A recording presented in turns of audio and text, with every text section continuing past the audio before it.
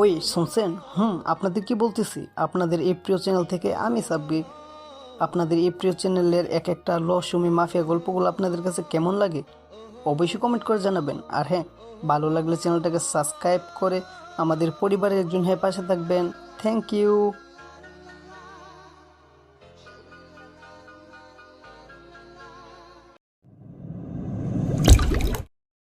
Hello বন্ধুরা, এই গল্পের সিজন 1 আগে আপলোড করা হয়েছে, আর এখন সকল পর্ব একসাথে আপলোড করা হলো।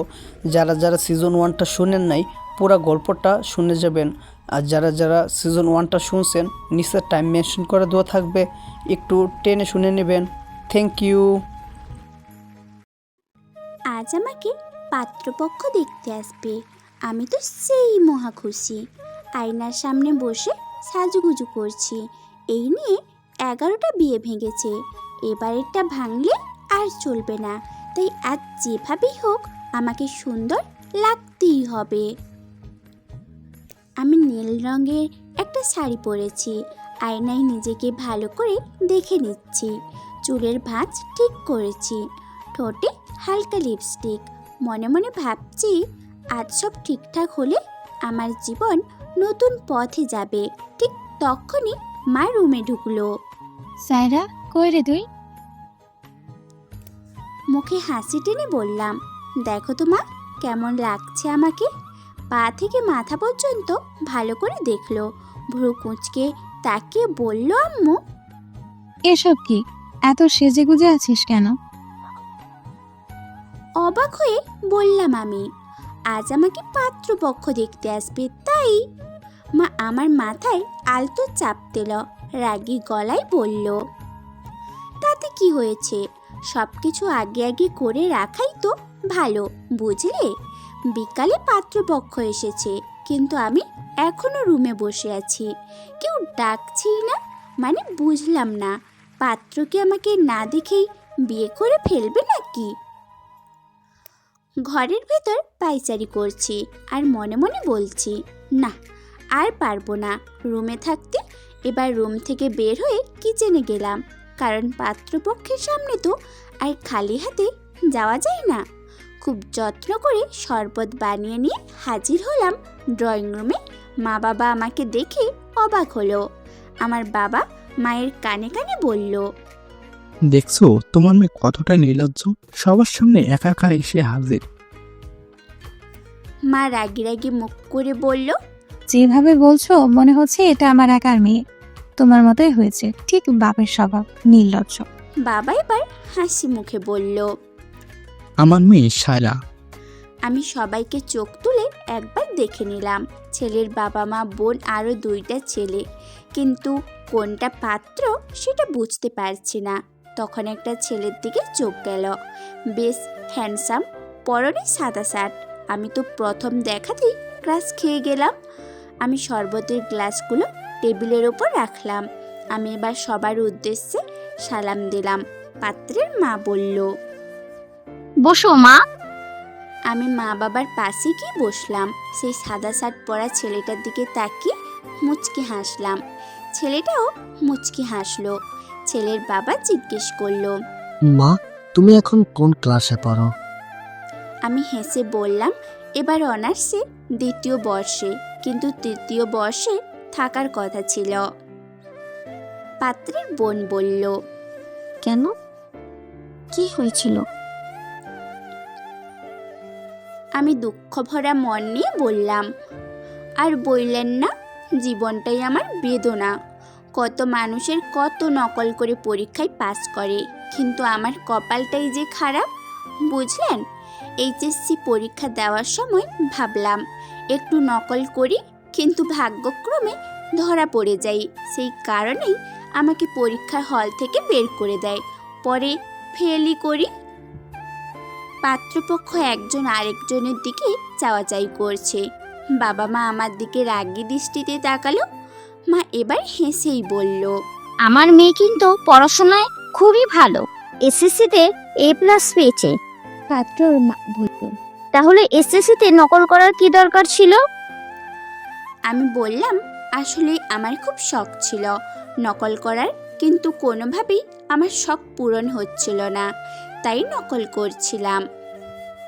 সাদা শার্ট পরা ছেলেটা বলল, সেই এক্সপেরিমেন্টটা তো আপনি এমনি ক্লাস টেস্ট পরীক্ষাও করতে পারতেন, শুধু শুধু কেন বাস খেতে গেলেন? করেছিলাম ক্লাসে অনেক নকল, কিন্তু কোনো স্যার ম্যাডাম বিশ্বাসই করতো না আমি নকল করে লিখতে পারি। আর সত্যি কথা হলো, আমার বাস খেতে ভালোই লাগে। পাত্রের বোন আমার বানানো শরবতের একটা গ্লাস হাতে নিয়ে চুমুক দিতেই মেয়েটার মুখের রং পরিবর্তন হয়ে গেল। তাড়াতাড়ি মুখ থেকে ফেলে দিল। এটা কি শরবত নাকি অন্য কিছু?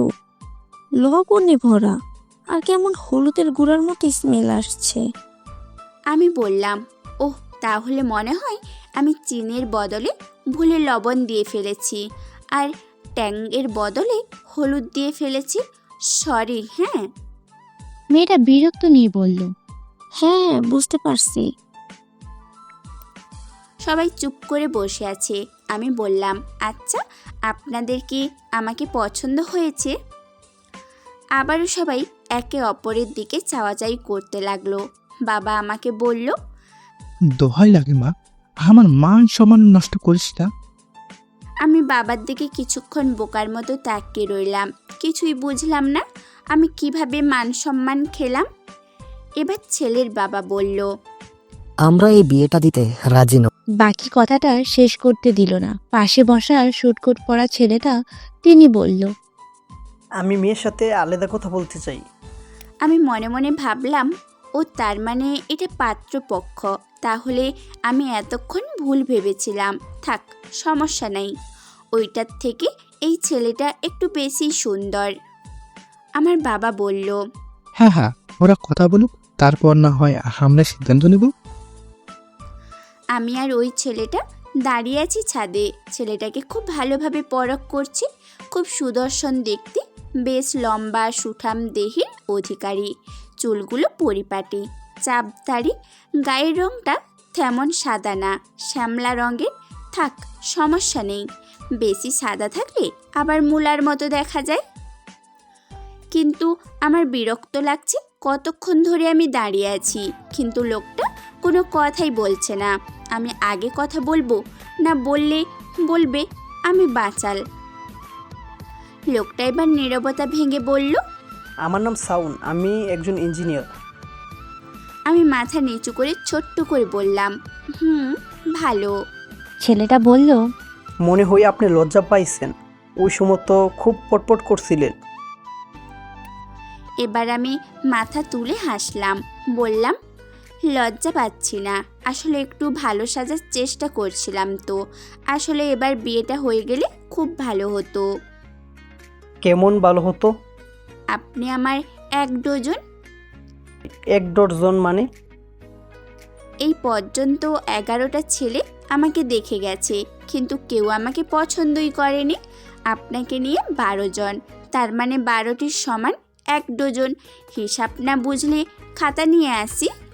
শাওন আমার কথা শুনে টাসকে খেয়ে গেল।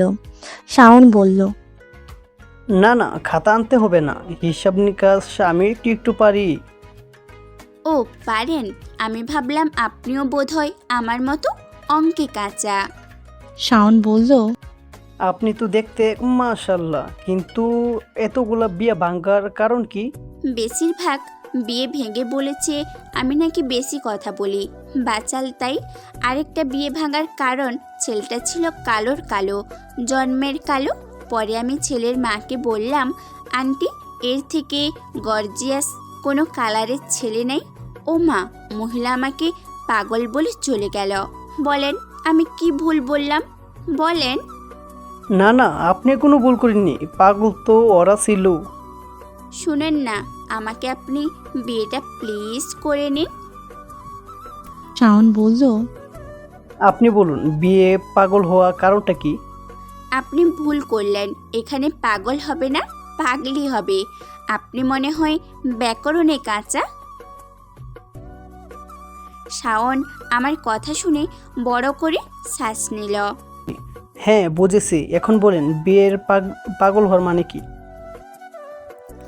আর বললেন না, আমার বান্ধবীরা আমাকে বলে আমার কপালে নাকি ভালো জামাই জুটবে না, কমপক্ষে 2 ডজন বিয়ে ভাঙবে। কিন্তু না, আমি দেখিয়ে দিতে চাই 1 ডজনে আমার বিয়ে করে ফেলবো। প্লিজ আপনি আর 1 ডজন হয়ে যান। শাওন গলা পরিষ্কার করে বলল, প্লিজ 1 ডজন বলবেন না, নিজেকে ডিম ডিম মনে হই। আমি আড়ষ্ট গলায় বললাম, আপনি বুঝি ডিম পছন্দ করেন না? না, ডিম আমার ভালো লাগে না। শাওন আমার দিকে না তাকিয়েই বলল, ওহ, তার মানে আপনি মিম ডিম আন্ডার সাথে প্রেম করছিলেন, পরে আপনাকে ছ্যাঁকা দিয়ে চলে গেছে, তাই তো? বলুন। আমি কখনো প্রেম করিনি, ওকে? আমি মুখ ভেঙচি দিয়ে বললাম, ওহ, তাহলে আপনি মনে হয় খুব রসকসহীন মানুষ। শাওন আমার দিকে তাকিয়ে বোকা বোকা মুখ করে বলল, আচ্ছা, আপনি যে এত ফালতু পেঁচাল পারেন, আপনার মুখ ব্যথা করে না? ও মা, মুখে ব্যথা করবে কেন? আর কথা বললে যে অনেক উপকার হয়, জানেন না আপনি? শোনেন, কথা না বললে মানুষ বলবে মেয়েটা অহংকারী, কথা বলে না। আর ভাষা হলো মনের ভাব প্রকাশের সহজ উপায়। আপনি বলুন, আল্লাহ আমাদেরকে মুখ কেন দিয়েছে? অবশ্যই কথা বলার জন্য, তাই না? আচ্ছা, আপনার নামটা যেন কি, ভুলে গেছি। শাওন আমাকে থামিয়ে দিয়ে বলল। আমি মুখে হাত দিয়ে বললাম, আল্লাহ গো, এই বেটা দেখি স্মৃতিশক্তিরও সমস্যা আছে। তবে সমস্যা নেই, বিয়ের পরে মাথাটা গাছের সাথে ধাক্কা খাওয়ালে ঠিক হয়ে যাবে। শাওন আমার কথা শুনে চোখ বড় বড় করে বলল, গাছের সাথে ডাকা মানে? পাগল হয়ে গেছেন নাকি? ঠিক আছেন তো? আরে, আপনি জানেন না, বাংলা সিনেমাতে স্মৃতিশক্তি হারিয়ে গেলে কোনো কিছুতে মাথার ধাক্কা লাগালেই সব মনে পড়ে যায়। আমার কথা শুনে সে বড় করে একটা নিঃশ্বাস নিল, তারপর নিচে নামার জন্য পা বাড়াতেই আমি বললাম, বিয়েটা করবেন না আমাকে? লোকটা কথা না বলে লম্বা লম্বা পা ফেলে নিচে নেমে গেল। আমিও দৌড়ে নিচে গেলাম। লোকটা বিয়ের সবার সামনে লোকটা কথা না বলে লম্বা লম্বা পা ফেলে নিচে নেমে গেল। আমিও দৌড়ে নিচে গেলাম। লোকটা গিয়ে সবার সামনে দাঁড়ালো। শাওন গিয়ে চুপচাপ বসে পড়ল। শাওনের বোন মুখ কুঁচকে বলল, ভাই, বিয়েটা করিস না, সারা জীবন তোকে হলুদ আর লবণের শরবত খেয়ে বাঁচতে হবে। অপর পাশ থেকে তার মা বললেন, শাওন, না করে দে, মেয়েটা পাগল, আমাদেরকেও পাগল বানিয়ে ছাড়বে। এবার আমার বাবা গলা পরিষ্কার করে বললেন, শাওন বাবা, তোমার কি আমার মেয়েকে পছন্দ হয়েছে? শাওন মাথা নিচু করে ধীরে বলল, হ্যাঁ, তবে বিয়ে কবে হবে সেটা পরে জানিয়ে দেব। বাবা হেসে বললেন, সমস্যা নেই বাবা, তুমি টাইম নাও। ছেলের বাড়ির সবাই শাওনের দিকে রাগী দৃষ্টিতে তাকালো। বোঝাই যাচ্ছিল তারা বিয়েতে রাজি নয়। আমি তো চোখ বড় বড় করে বিস্ময়ে তাকিয়ে আছি। আমি ভাবতেই পারিনি ছেলেটা বিয়েতে রাজি হবে। আল্লাহ গো, আমি তো এই লোকের কথা শুনেও ক্রাশ খাচ্ছি। আমি পাশে বসা সাদা শার্ট পরা ছেলেটার দিকে তাকিয়ে আফসোসের ন্যায় মনে মনে বললাম, আপনি মনে হয় আমার দয়াল ক্রাশ ছিলেন। আপনার ভাই আমার লয়াল ক্রাশ, কষ্ট পাবেন না, আপনি তো আমার হবু দেবর। পাত্রপক্ষ চলে গেছে। যাওয়ার আগে আমার হাতে 2000 টাকা দিয়ে গেছে। আমি সোফার ওপর পা তুলে বসে বসে টাকাগুলো দেখছি। মা বাবা আমার দিকে কেমন করে তাকিয়ে আছে। আচ্ছা, তোমরা বলো তো, মাত্র 2000 টাকা কেন দিল? একটু বেশি দিতে পারতো, তাই নয় কি? মা আমার দিকে তাকিয়ে রাগী গলায় বলল, তোকে যে 2000 দিয়েছি এটা তো 14 গোষ্ঠীর ভাগ্য, বুঝলি? এবার বাবাও সাথে যোগ করলো, ছায়রা, তুই কি একটু কম কথা বলতে পারিস না? এই বিয়েটা ভেঙে গেলে আমার মান সম্মান যাবে। তোর জন্য প্রত্যেকটা বিয়ে ভেঙে যায়। মা বলল। তুই এত লজ্জাহীন কেন রে? বাবা মায়ের দিকে ফিরে বলল, হবে না, লজ্জাহীন হয়েছে তো। তোমার মতনই, যেমন মা তেমনি মেয়ে। মা আঙ্গুল তুলে বলল। খবরদার, উল্টাপাল্টা কথা বলবে না। আমি সরু চোখে মা বাবাকে দেখতে লাগলাম। না, বাবা, এখানে আর থাকা সম্ভব না। এখন একটা ঝড় ঝামেলা হবে, আমি না থাকাই ভালো। আমি ধীর পায়ে রুমে চলে গেলাম। রুমের দরজা বন্ধ করে দিয়েছি। বাহির থেকে মা বাবার ঝগড়ার আওয়াজ আসছে। এটা কোনো ব্যাপার না, প্রতিদিন আমাকে নিয়ে একটা ঝগড়া বাড়িতে না হলে আবার আমার পেটের ভাত হজমই হয় না। সোফায় বসা শাওনের ফ্যামিলির মা বাবা ভাই বোন। শাওনের মা বলল, তোকে আমি বললাম সোজা না করে দিতে, তবু কেন না করলি না তুই? মেয়েটাকে একদম পছন্দ হয়নি আমার। শাওন এবার সোজা হয়ে বলল, আগে সাইরাকে ভালো করে চিনে নেই। কেন পছন্দ হয়নি? মেয়েটা কি পঙ্গু, নাকি মেয়েটা কালো, মেয়েটা কি নিচু? তাহলে কি নিয়ে সমস্যা তোমাদের? মেয়েটা একদম পাগল, দেখলি না? আমাদের সামনে যা মন চায় তাই বলছিল। না মা, তোমরা কখনো ওকে পাগল বলতে পারো না। হ্যাঁ, মেয়েটা একটু বেশি কথা বলে, মুখে যা আসে তাই বলে, কিন্তু পাগল বলা একদম ঠিক না। পাশ থেকে শাওনের ভাই শুভ্র বলল, হ্যাঁ মা, ভাইয়া কিন্তু ঠিকই বলেছে, মেয়েটা এমনিতে সব দিকেই সুন্দর। আমার কাছে তো অনেক ভালো লেগেছে। শাওনের মা রেহানা বেগম রেগে উঠে গেলেন। যাওয়ার আগে বললেন, তোদের যা মন চায় তাই কর, আমি কিছু বলবো না। শাওনের বোন বলল, ভাই, তুমি সারার সাথে একদিন কোথাও ঘুরতে যাও, তাহলেই বুঝবে মেয়েটা কেমন। শুভ্র বলল। ভাইয়া সাদে তোমাকে কি কি বলেছিল মেয়েটা? শাওন উঠে গেল, বলল, থাক, তোদের আর শুনতে হবে না, পরে পাগল হয়ে যাইতে পারিস, ঠিক নাই? আমি হাতে ফোন নিয়ে বসে আছি। বাবার মোবাইল থেকে ছেলের নাম্বার এনেছি চুরি করে। এখন মন চাচ্ছে কল দিতে, কিন্তু কি না কি মনে করে। কখন থেকে ঘরে একা বসে আছি, মুখ বন্ধ করে কারোর সাথে কথা বললে হয়তো ভালো লাগতো। দিলাম কল আমার বান্ধবী ঝিনুকের নাম্বারে। একবার কল হলো, কিন্তু ধরলো না। আবার দিলাম কল, এবার কল ধরলো। ওপাশ থেকে কল ধরে ঘুম ঘুম কণ্ঠে বলল, কে আপনি? আমি বিরক্ত হয়ে বললাম, তোর জামাই শালি। ঝিনুক আবারও বলল, এসব কি বলছেন? মেয়ের কণ্ঠ আমার জামাই হয় কিভাবে? আমি বিরক্ত নিয়ে বললাম, আমি সাইরা। ঝিনুক বলল, ও, তুই কেন কল করছিস? এখন কয়টা বাজে দেখছোস? রাত 12টা পার হয়ে যাচ্ছে, আমার ঘুমটা ভেঙে দিলি কেন? আমি বললাম, রাখ তোর ঘুম, আগে খবরটা তো শোন। আজকে আমাকে দেখতে আসছিল। আমার কথা শেষ করতে দিল না। তার আগেই বলল, তুই ছাগল শালি, ছেলে আমাকে ভীষণ পছন্দ করেছে, বুঝলি? তুই মনে হয় নেশা করেছিস সায়রা, জাগিয়ে ঘুমা। তোর মতো মেয়েরে কোনো মুরগি বিয়া করবে? আমি রাগে বললাম, অপমান করবি না বলে দিলাম, যা তোকেই সবার প্রথম দাওয়াত দিব। এবার কল রাখ, রাতে ঘুমো। বলেই কল কেটে দিল ঝিনুক। না, ঝিনুকের সাথে কথা বলেও ভালো লাগলো না, অন্য কারোর সাথে কথা বলতে হবে। এবার আমি দিলাম বাবার মোবাইল থেকে আনার নাম্বারটায়। কল দিতে ওপাশ থেকে কল রিসিভ করলো। আমি মিষ্টি গলায় বললাম, হ্যালো। ওপাশ থেকে বলল, কে আপনি? আমি বললাম, আজ আমাকে পাত্রী হিসেবে দেখে গেলেন, আমি সেই মেয়ে। ওপাশ থেকে কোনো কথা শোনা গেল না। আমি আবার বললাম, আপনাকে প্রথম দেখেই আমার ভীষণ পছন্দ হয়েছে, প্রথম দেখাতেই আমার মন চুরি করেছেন আপনি। ওপাশ থেকে শুধু কাশির শব্দ শোনা গেল। বলল, আস্তাগফিরুল্লাহ মিন জালিক। থামো মা, আমি শাওনের বাবা। আমি হতবাক হয়ে গেলাম। তাড়াহুড়ো করে বললাম, নাউজুবিল্লাহ, তবা তবা, আস্তাগফিরুল্লাহ, মাফ করবেন শ্বশুর আব্বা। কল কেটে দিলাম। আল্লাহ গো, আবারও মিস্টেক। এবার আর আমার কপালে মনে হয় বিয়েই নেই। শাওন ঘুমিয়েছিল। হঠাৎ নিচে ড্রয়িং রুম থেকে চেঁচামেচির আওয়াজ আসতে লাগলো।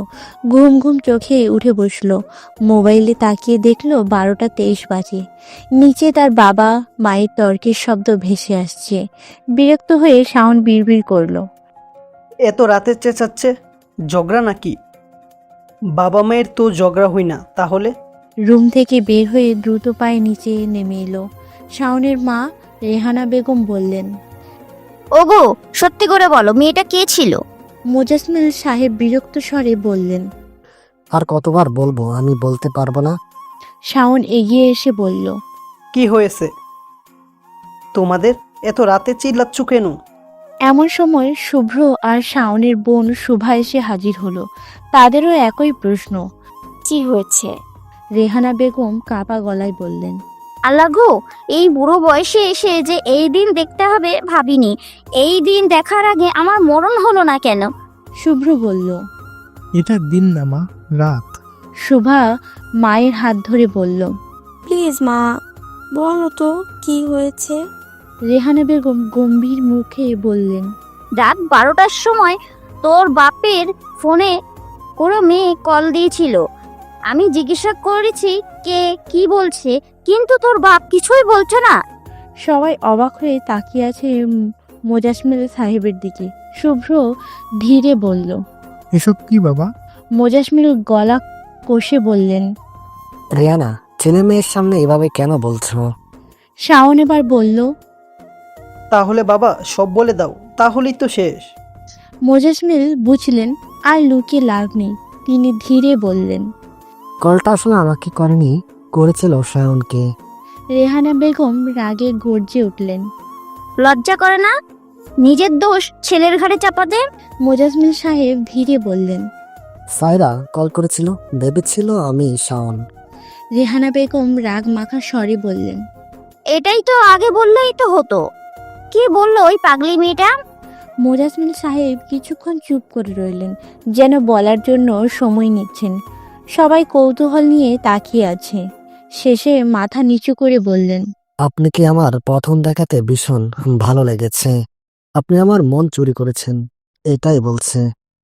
এবার সবাই থতমত খেয়ে গেল। শুভ্র আর শুভা তো মাটিতে গড়াগড়ি খেয়ে হাসতে লাগলো। শাওনের মুখ দেখে বোঝা গেল না সে লজ্জা পেল নাকি রাগ করলো। কিছু না বলে সোজা উপরে উঠে গেল। সকাল 11টার সায়রার ঘুম ভাঙল। চোখ কচলাতে কচলাতে হাই তুলতে তুলতে সোজা নিচে নেমে এলো। আমাকে এই বাড়িতে কাজের লোকের সম্মানটাও দেওয়াই হয় না। আমি একমাত্র রাজকন্যা, তবুও রুমে কেউ এক কাপ চাও দিল না। সায়রার মা বিরক্ত গলায় বললেন। আইসে রাজকন্যা, তোর বাপ কোথাকার রাজা শুনি? তোর বাপ যদি রাজা হতো তাহলে আমাকে সারাদিন বাড়ির কাজ করতে হতো না। আর ফালতু রাজকন্যা, তোমার চা দিয়েছিলাম, কিন্তু সেই চা ঠান্ডা হয়ে শরবত হয়ে গিয়েছে। সায়রা সোফায় বসতে বসতে বলল। ওকে ওকে, অন্তত সকালের নাস্তাটা তো দাও। তুই কিসের নাস্তা করবি? দুপুর হতে যাচ্ছে আর এখন নাস্তা খেতে আসছিস? যা গিয়ে ভাত খা।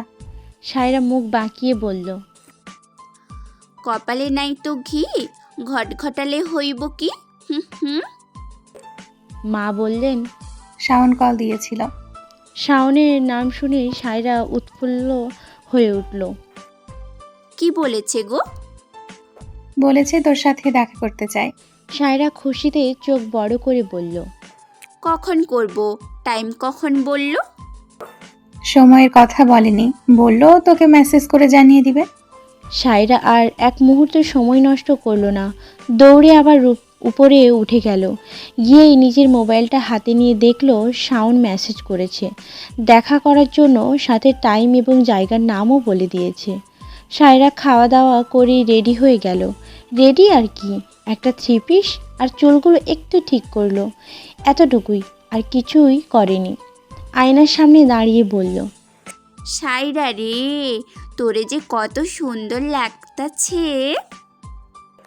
তখনই রুমে সায়রার মা প্রবেশ করলো, বলল। নিজেকে নিজে যে কেউ প্রশংসা করে সেটাই প্রথম দেখলাম। আর এসব কি পরেছিস তুই? 3 বছর আগের ঈদের জামা পরছস কেন রে? তোর কি জামা কাপড় আর নেই? আর মুখটার মাঝে একটু ক্রিম মাখতে পারতি। সায়রা বলল। তোমার মেয়ে এমনি অনেক সুন্দর, এখন যদি বেশি সাজুগুজু করি তাহলে ওই 1 ডজন আবার হার্ট অ্যাটাক করবে। মা ঘুরকুচকে বলল। 1 ডজন আবার কি? আরে 1 ডজন মানে 12টি, এখনো হিসাব বোঝো না? মা সায়রার দিকে রাগী দৃষ্টিতে তাকিয়ে আছে, বলল, না বুঝি না, আল্লাহ সব বুদ্ধি তোরেই দিছে। আর একদম উল্টাপাল্টা কিছু করবি না, বলে দিলাম। সায়রা বাঁকা চোখে চেয়ে হাসলো তার মায়ের দিকে, বলল, তোমার মেয়ের মতো ভালো মেয়ে একটাও খুঁজে পাবে না, বুঝছো? বলেই সায়রা বের হয়ে গেল। রিক্সা করে যাচ্ছে সায়রা, সাথে তার বেস্ট ফ্রেন্ড ঝিনুক। ঝিনুক বলল, আমাকে নেওয়ার কি খুব দরকার ছিল? তোরা কথা বলবি বল, আমাকে কেন শুধু শুধু কষ্ট করাচ্ছিস? সায়রা বলল, তুই আমার একমাত্র বেস্ট ফ্রেন্ড, তোকে না নিলে এই দুনিয়া অশুদ্ধ হয়ে যাবে। হ্যাঁ বেস্ট ফ্রেন্ড, তাও আবার ব্ল্যাকমেল করা বেস্ট ফ্রেন্ড। ঝিনুক হলো একটা শান্তশিষ্ট মেয়ে, না পছন্দ করে বেশি কথা বলতে আর না দুষ্টামি। ঝিনুককে একটা ছেলে গোলাপ দিয়ে প্রপোজ করেছিল, সেই প্রপোজ একসেপ্ট করেনি, কিন্তু সেটার ছবি উঠিয়ে রেখেছিল সায়রা। সে ছবি এডিট করে ছেলেটার জায়গায় ঝিনুককে বসিয়ে দিয়েছিল, মানে বুঝিয়েছিল ঝিনুক ওই ছেলেটাকে প্রপোজ করেছে। সেই ছবি ঝিনুককে দেখিয়ে সায়রা বলেছে, যদি আমার সাথে বেস্ট ফ্রেন্ড না করিস তাহলে পুরো ভার্সিটিতে দেখিয়ে দেব, আর বড় কথা হলো আমি তোর মা বাবাকে দেখিয়ে দেব। বেচারি ঝিনু সেই থেকে এই পাগলি সায়রার পেঁচাতে পড়েছে। রিক্সাটা গিয়ে থামে একটা রেস্টুরেন্টের সামনে। তারা দুজন নেমে ভেতরে গিয়ে দেখলো সাউন্ড নেই। সায়রা বলল, এইসব লোকেদের আমার ভালো লাগে না, সময়ের মূল্য নেই এদের কাছে। ঝিনুক বলল, জি, তোকে কয়টায় আসার কথা বলেছিল? সায়রা বলল। বিকেল 4টায়। ঝিনুক রাগে দাঁত খিচিয়ে বলল, এই গাদি, সেটা আগে বলবি না? এখন দুপুর 1:30 বাজে। সায়রা দাঁত খিলখিল করে হাসলো, বলল, আসলে বেশি এক্সাইটেড ছিলাম তাই গুলিয়ে ফেলেছিলাম। আল্লাহ গো আল্লাহ, তুমি আমারে এরকম একটা গরু কেন দিলাম? ইচ্ছে রাস্তায় কুকুরও ভালো আছে। সায়রা বলল। শুক্রিয়া আদায় কর, আমার মতো একজনকে পেয়েছিস। ঝিনুক কাঁদো কাঁদো মুখ নিয়ে বলল, হ্যাঁ তুই ঠিক বলছিস, এত শুক্রিয়া আদায় করছি যে এখন আমার খুশিতে কাঁদতে মন চাচ্ছে। টিস্যু এনে দিব? ঝিনুক বলল। দোহাই লাগে বোন, মুখটা একটু বন্ধ করে রাখ। এসব অসম্ভব কথা বলিস না, চল যাই। ঝিনুক সরু চোখে বলল, কোথায় যাব? এখানে বসে লাভ নেই, চল পাশের একটা পার্ক আছে সেখানে বসে ঘুরে আসি। ঝিনুক বলল, যেতে পারি, তবে সেখানে গিয়ে কোনো ঝামেলা বাঁধাবি না। তারা দুজন পার্কে ঢুকে গেল। চারিদিকে ছেলে মেয়ে জোড়া ছাড়া কিছুই দেখতে পাচ্ছে না।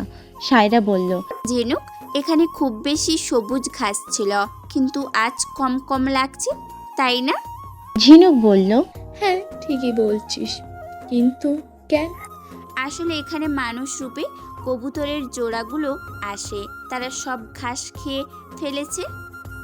ঝিনুক সায়রার দিকে তাকিয়ে বলল, এসব অদ্ভুত কথা পাস কোথায় তুই? আমার মস্তিষ্কে 4-5টা ডেলিভারি ম্যান আছে, তারা এসে আমায় হাতে দিয়ে যায়। ঝিনুক বিরক্ত নিয়ে বলল, তোর সাথে কথা বলা মানে ফালতু। অনেকক্ষণ ধরেই তারা হাঁটছে পার্কে, আর সায়রা ফালতু বকবক করে যাচ্ছে। সায়রা এবার বলল, দোস্ত, আমার এভাবে না আর ভালো লাগছে না, কিছু একটা করতে হবে, বুঝলি তো? দোহাই তোর কিছু করিস না, তোর কিছু করা মানে আবার বিপদ। সায়রা বলল, আইডিয়া, কোনো বিপদ হবে না, দেখ কি করি। বলে সায়রার সামনে গাছের নিচে বসে প্রেম করতে থাকা ছেলে মেয়ের দিকে গেল। গিয়েই সায়রা কাঁদো কাঁদো মুখ করে ছেলেটাকে বলল, ওগো, তুমি আমার সাথে কেন এমন করলে? মেয়েটা উঠে বলল, আপু, আপনার কি হয়েছে?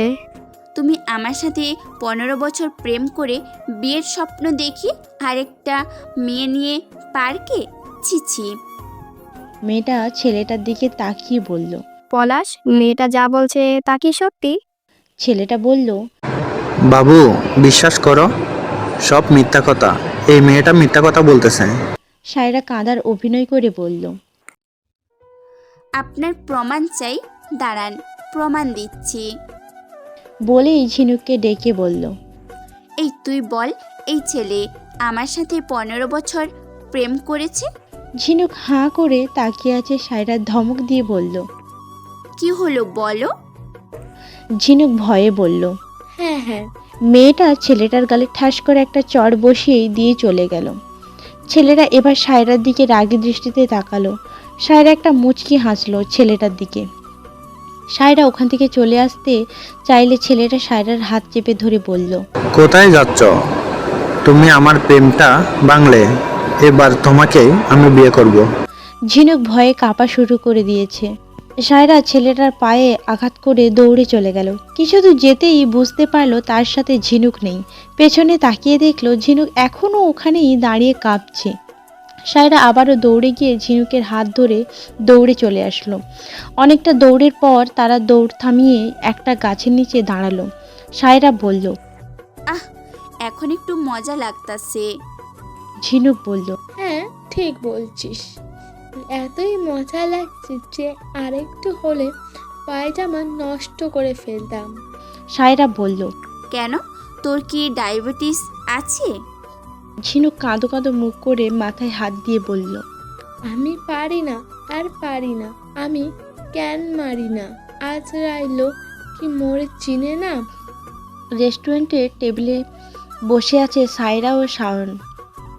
সায়রা বারবার অস্থির দৃষ্টিতে অন্য টেবিলের দিকে তাকাচ্ছে যেখানে ঝিনুক বসে আছে। কিছুক্ষণ পরেই সায়রা ভ্রু কুঁচকে শাওনকে বলল। আপনি যে আপনার ভাইকে নিয়ে আসবেন সেটা আগে থেকে কেন বলেন নাই? শাওন বিস্মিত হয়ে বলল। কেন, আমার বাইকে নিয়ে এসেছি, তাহলে আপনাদের কি সমস্যা? সায়রা তৎক্ষণাৎ উত্তর দিল। সমস্যা মানে? কিন্তু খুব বড় সমস্যা। দেখুন, ওই যে আপনার ভাই আর ঝিনুক একই টেবিলে বসে আছে। এখন যদি হঠাৎ কিছু একটা মনে হয় তখন তো মহা বিপদ হবে, তাই না? শাওন বিরক্ত হয়ে বলল। কিছু একটা হবে মানে কি সায়রা? কথা কিন্তু বুঝে শুনে বলেন আপনি। সায়রা একটু ইতস্তত করে বলল। মানে আমি বলতে চাইছি, ঝিনুককে আমার মোটেও বিশ্বাস নেই। এখন যদি আমার দেবর মানে আপনার ভাইকে আমার নামে খারাপ কিছু বলে দেয় তখন তো আমার বিষয়টা আর হবে না, সব কিছু ভেস্তে যাবে। শাওন হাঁ করে তাকিয়ে রইল। এই মেয়েকে আর কি বলবে সে? তখনই সায়রা মুচকি হেসে বলল। হাঁ করে থাকবেন না, মাছি ঢুকে যাবে মুখে। বলেই টেবিল থেকে হঠাৎ উঠে দাঁড়ালো সায়রা। শাওন অবাক হয়ে বলল। কোথায় যাচ্ছেন? আপনি বসে থাকেন, আমি একটু গোয়েন্দাগিরি করে আসি। সায়রা ধীর পায়ে হেঁটে গিয়ে ঝুঁকে পড়ল ঝিনুকদের টেবিলের কাছে। পেছন থেকে মনোযোগ দিয়ে শুনতে চাইল ঝিনুক কি বলছে। কিন্তু তখনই ঝিনুকের চোখে পড়ল সায়রা। কি রে সায়রা, এখানে কি করিস? সায়রা জোর করে এক চিলতে অবহেলা হাসি দিয়ে বলল। কিছু না, তোরা কথা বল, আমি যাচ্ছি। বলেই সায়রা দ্রুত আবার ফিরে এলো নিজের টেবিলে। ঝিনুক বোকার মতো স্থির দৃষ্টিতে তাকিয়ে রইল তার পিছু। সায়রা এসে আবারও বসলো। শাওন কৌতূহলী হয়ে জিজ্ঞেস করলো। কি করছিল ঝিনুক? আপনার নামে কি বদনাম করছিল? সায়রা দাঁত বের করে খিলখিল করে হাসলো। আরে না না, আমি কি খারাপ মেয়ে নাকি যে আমার নামে বদনাম করবে? শাওন এবার গম্ভীর হয়ে প্রশ্ন করলো। গতকাল আপনি আমার বাবার মোবাইলে কল দিয়ে যা তা বলেছেন কেন? সায়রা নির্বিকার ভঙ্গিতে উত্তর দিল। যা তা তো বলিনি, আমি শুধু আমার মনের অনুভূতি জানিয়েছিলাম, কিন্তু আমি তো বুঝিনি সেটা আমার শ্বশুর মশাইয়ের নম্বর। আবারও সায়রা জিজ্ঞেস করলো। আপনি কি আমাকে বিয়ে করবেন বলে সিদ্ধান্ত নিয়েছেন? শাওন কিছু বলবে তার আগেই সায়রা মিষ্টি হেসে বলল। থাক, বলতে হবে না, আমি জানি আপনি আমাকেই বিয়ে করবেন। কিছুক্ষণ শাওন বোকার মতো অবাক চোখে তাকিয়ে রইল সায়রার দিকে। মনে হলো যেন পৃথিবীতে প্রথমবারের মতো এমন অদ্ভুত আবার মিষ্টি মানুষকে দেখল। তারপর একটু থেমে কণ্ঠ নরম করে প্রশ্ন করলো। আপনার জীবনের স্বপ্ন কি? সায়রা হেসে উঠল। সে হাসিতে ছিল সরলতার ঝিলিক আর চঞ্চলতার খুনসুটি। আমার জীবনের বর্তমানে মূল লক্ষ্য হলো একটা বিয়ে করা, বিয়েতে ধুম তারকা সাজুগুজু করা, এরপর 15 থেকে 20টা বাচ্চা নিয়ে একবারই কোলাহলময় সংসার বানানো, আর শেষের লক্ষ্য হলো জামাইয়ের মাথা খাওয়া। সায়ন কফি খাচ্ছিল। সায়রা শেষ কথা শুনে হঠাৎ কাঁদতে কাঁদতে প্রায় দম বন্ধ হয়ে যাওয়ার উপক্রম হলো। একটু পরে নিজেকে সামলে নিয়ে সে আবারও ধীর কণ্ঠে বলল, আপনি কখনো প্রেম করেছিলেন? সায়রা ছোট্ট করে বলল। সায়ন আবার বলল, তাহলে মনে হয় ছেলেটা আপনার বেশি কথা করার কারণে চলে গেছে, তাই না? সায়রার মুখ থেকে হঠাৎ করেই হাসি উধাও হয়ে গেল। শাওন অবাক হয়ে তাকিয়ে রইল। সে তো কখনো সায়রাকে এভাবে মন খারাপ করতে দেখেনি। যখনই দেখেছে সায়রা সবসময় হাসি খুশি মুডে থাকে। শাওন ধীরে বলল, আপনি কি আমার কথাতে কষ্ট পেয়েছেন সাইরা? সায়রা মাথা নেড়ে বলল, না না, আপনার কথায় কিছু মনে করিনি। আসলে জানেন, সকল মানুষের মনের ভেতরে লুকানো কিছু কষ্ট থাকে যা তাদের ভেতর থেকে পাল্টে দেয়, মেরে ফেলে। এভাবে আগের সত্তাকে জন্ম দেয় এই নতুন সত্তা। শাওন আগ্রহ নিয়ে সামনে ঝুঁকে বলল, তাহলে কি আপনার মনেও এমন কিছু লুকানো আছে যেটা আপনাকে বদলে দিয়েছে, ধরে এক অন্য মানুষ বানিয়েছে? সায়রা কিছুক্ষণ চুপ করে রইল, তারপর চোখ নামিয়ে দীর্ঘ নিঃশ্বাস ফেলে বলল। শাওন আবারও বলল, যদি বলতে কোনো অসুবিধা না হয় তাহলে বলেন। সায়রা ধীরে ধীরে বলতে শুরু করলো, তখন আমি ক্লাস 9-এ পড়তাম। ওই বয়সে আবেগটাই বেশি ছিল। তখন আমি ক্লাস 9-এ পড়তাম। ওই বয়সে আবেগটাই বেশি ছিল। মজা করতাম, গল্প করতাম, তবে এখানকার মতো ছিলাম না। সবসময় লিমিটেড থাকতাম। ঝামেলার মাঝে আমাকে খুঁজে পাওয়া যেত না। ওই সময়ে জীবনে প্রথম ছোঁয়া, প্রেমের ছোঁয়া আসে। ছেলেটার নাম ফাহিম, পড়তো ক্লাস 10-এ। ভীষণ ভদ্র আর ভালো ছেলে। মনে হয়েছিল আমাকে প্রথমেও যখন প্রপোজ করে আমি অ্যাকসেপ্ট করিনি, কিন্তু পরে রাজি হয়ে যায়। আমাদের সম্পর্কটা তখন খুব সুন্দর ছিল। কিছুক্ষণ থেমে মাথা নিচু করে রইল সায়রা। শাওন নরম গলায় জিজ্ঞেস করলো, তারপর কি হয়েছিল? সায়রা ঠোঁট কেঁপে উঠল। কয়েক মাস পর আমি ট্রেনে উঠি। তখন শুনলাম ফাহিম আমার ক্লাসেরই আরেকটা মেয়েকে প্রপোজ করেছে। প্রথমে বিশ্বাস করতে পারিনি, পরে খোঁজ নিয়ে দেখি ফাহিম প্রায় সব মেয়েকেই প্রপোজ করার চেষ্টা করেছে। আমি সরাসরি জিজ্ঞেস করলাম, কেন ঠকালো আমাকে? আমার দোষ কী ছিল? তখন সে হেসে বলল, তোর সাথে কোনো ছেলে প্রেম করবে, তুই তো কথা বললেই পারিস না, সবসময় বোবার মতোই থাকিস, মনে হয় মুখে এখনও মধু ফোটেনি। সেদিন ক্লাসে সবাই আমাকে দেখে হেসেছিল, আর তখন থেকেই অজান্তে আমি বদলাতে শুরু করি। শাওন তাকিয়ে রইল। এখনকার সায়রা যেন একেবারেই আলাদা। সবসময় দুষ্টুমির ছাপ থাকে তার মুখে। সে আজ নিস্তব্ধ। সায়রা মাথা নিচু করে হাতের সাথে হাত ঘষতে লাগলো। শাওন আস্তে জিজ্ঞেস করলো, এখনো কষ্ট হই? সায়রা এবার মাথা তুলল। ঠোঁটে পরিচিত দুষ্টুমি মাখা হাসি ফিরে এলো। আরে কষ্ট একদমই না, শুধু আফসোস লাগে। কেন এমন তুচ্ছ একটা ব্যাপার, কত কষ্ট পেয়েছিলাম তখন। শাওন মাথা নেড়ে মুচকি হেসে বলল, আপনি সত্যি খুব স্ট্রং গার্ল। আচ্ছা, এখন যদি আমি আপনাকে বলি যে আমি বিয়ে করব না, তাহলে আপনি মহা কিছু হারাবেন। কি রকম? সায়রা আত্মবিশ্বাসী গলায় হেসে বলল, আমাকে হারানোর মানে নিজের সামনে 2টা দাঁত হারানো। খেতে পারবেন বটে, কিন্তু কখনো প্রাণ খুলে হাসতে পারবেন না। জীবনটা ফাঁকা ফাঁকা মনে হবে। ওদিকে ঝিনুক আর শুভ্র বসে আছে টেবিলে। প্রথম যখন তারা একসাথে বসেছিল, ভেতরে এক অদ্ভুত অস্বস্তি কাজ করেছিল। মনে হচ্ছিল এ জায়গা তাদের নয়। কিন্তু ধীরে ধীরে কথোপকথন জমে উঠেছে, মনটাও ভালো লাগছে। শুভ্র ছেলেটা বেশ ভদ্র, সরল আর আন্তরিক। শুভ্র একটু থেমে কৌতূহলী হয়ে বলল। আপনার ফ্রেন্ড মেয়েটা কেমন? ঝিনুক স্নেহভরা চোখে সায়রার দিকে তাকালো, তারপর নরম আবেগ মেশানো গলায় বলল, সায়রার সাথে যখন আমার প্রথম আলাপ হয় তখন তার অতিরিক্ত কথা বলা আর একরকম দুষ্টুমি আমার ভীষণ বিরক্ত লাগতো। সত্যি বলতে প্রথম দিকে ওকে একেবারেই সহ্য করতে পারতাম না, কিন্তু পরে বুঝলাম সায়রার মতো মেয়ে হয়তো পাওয়া বড়ই কষ্টকর। ওর ভেতরে এক অদ্ভুত মায়া আছে, মানুষকে আপন করে নেবার ক্ষমতা আছে।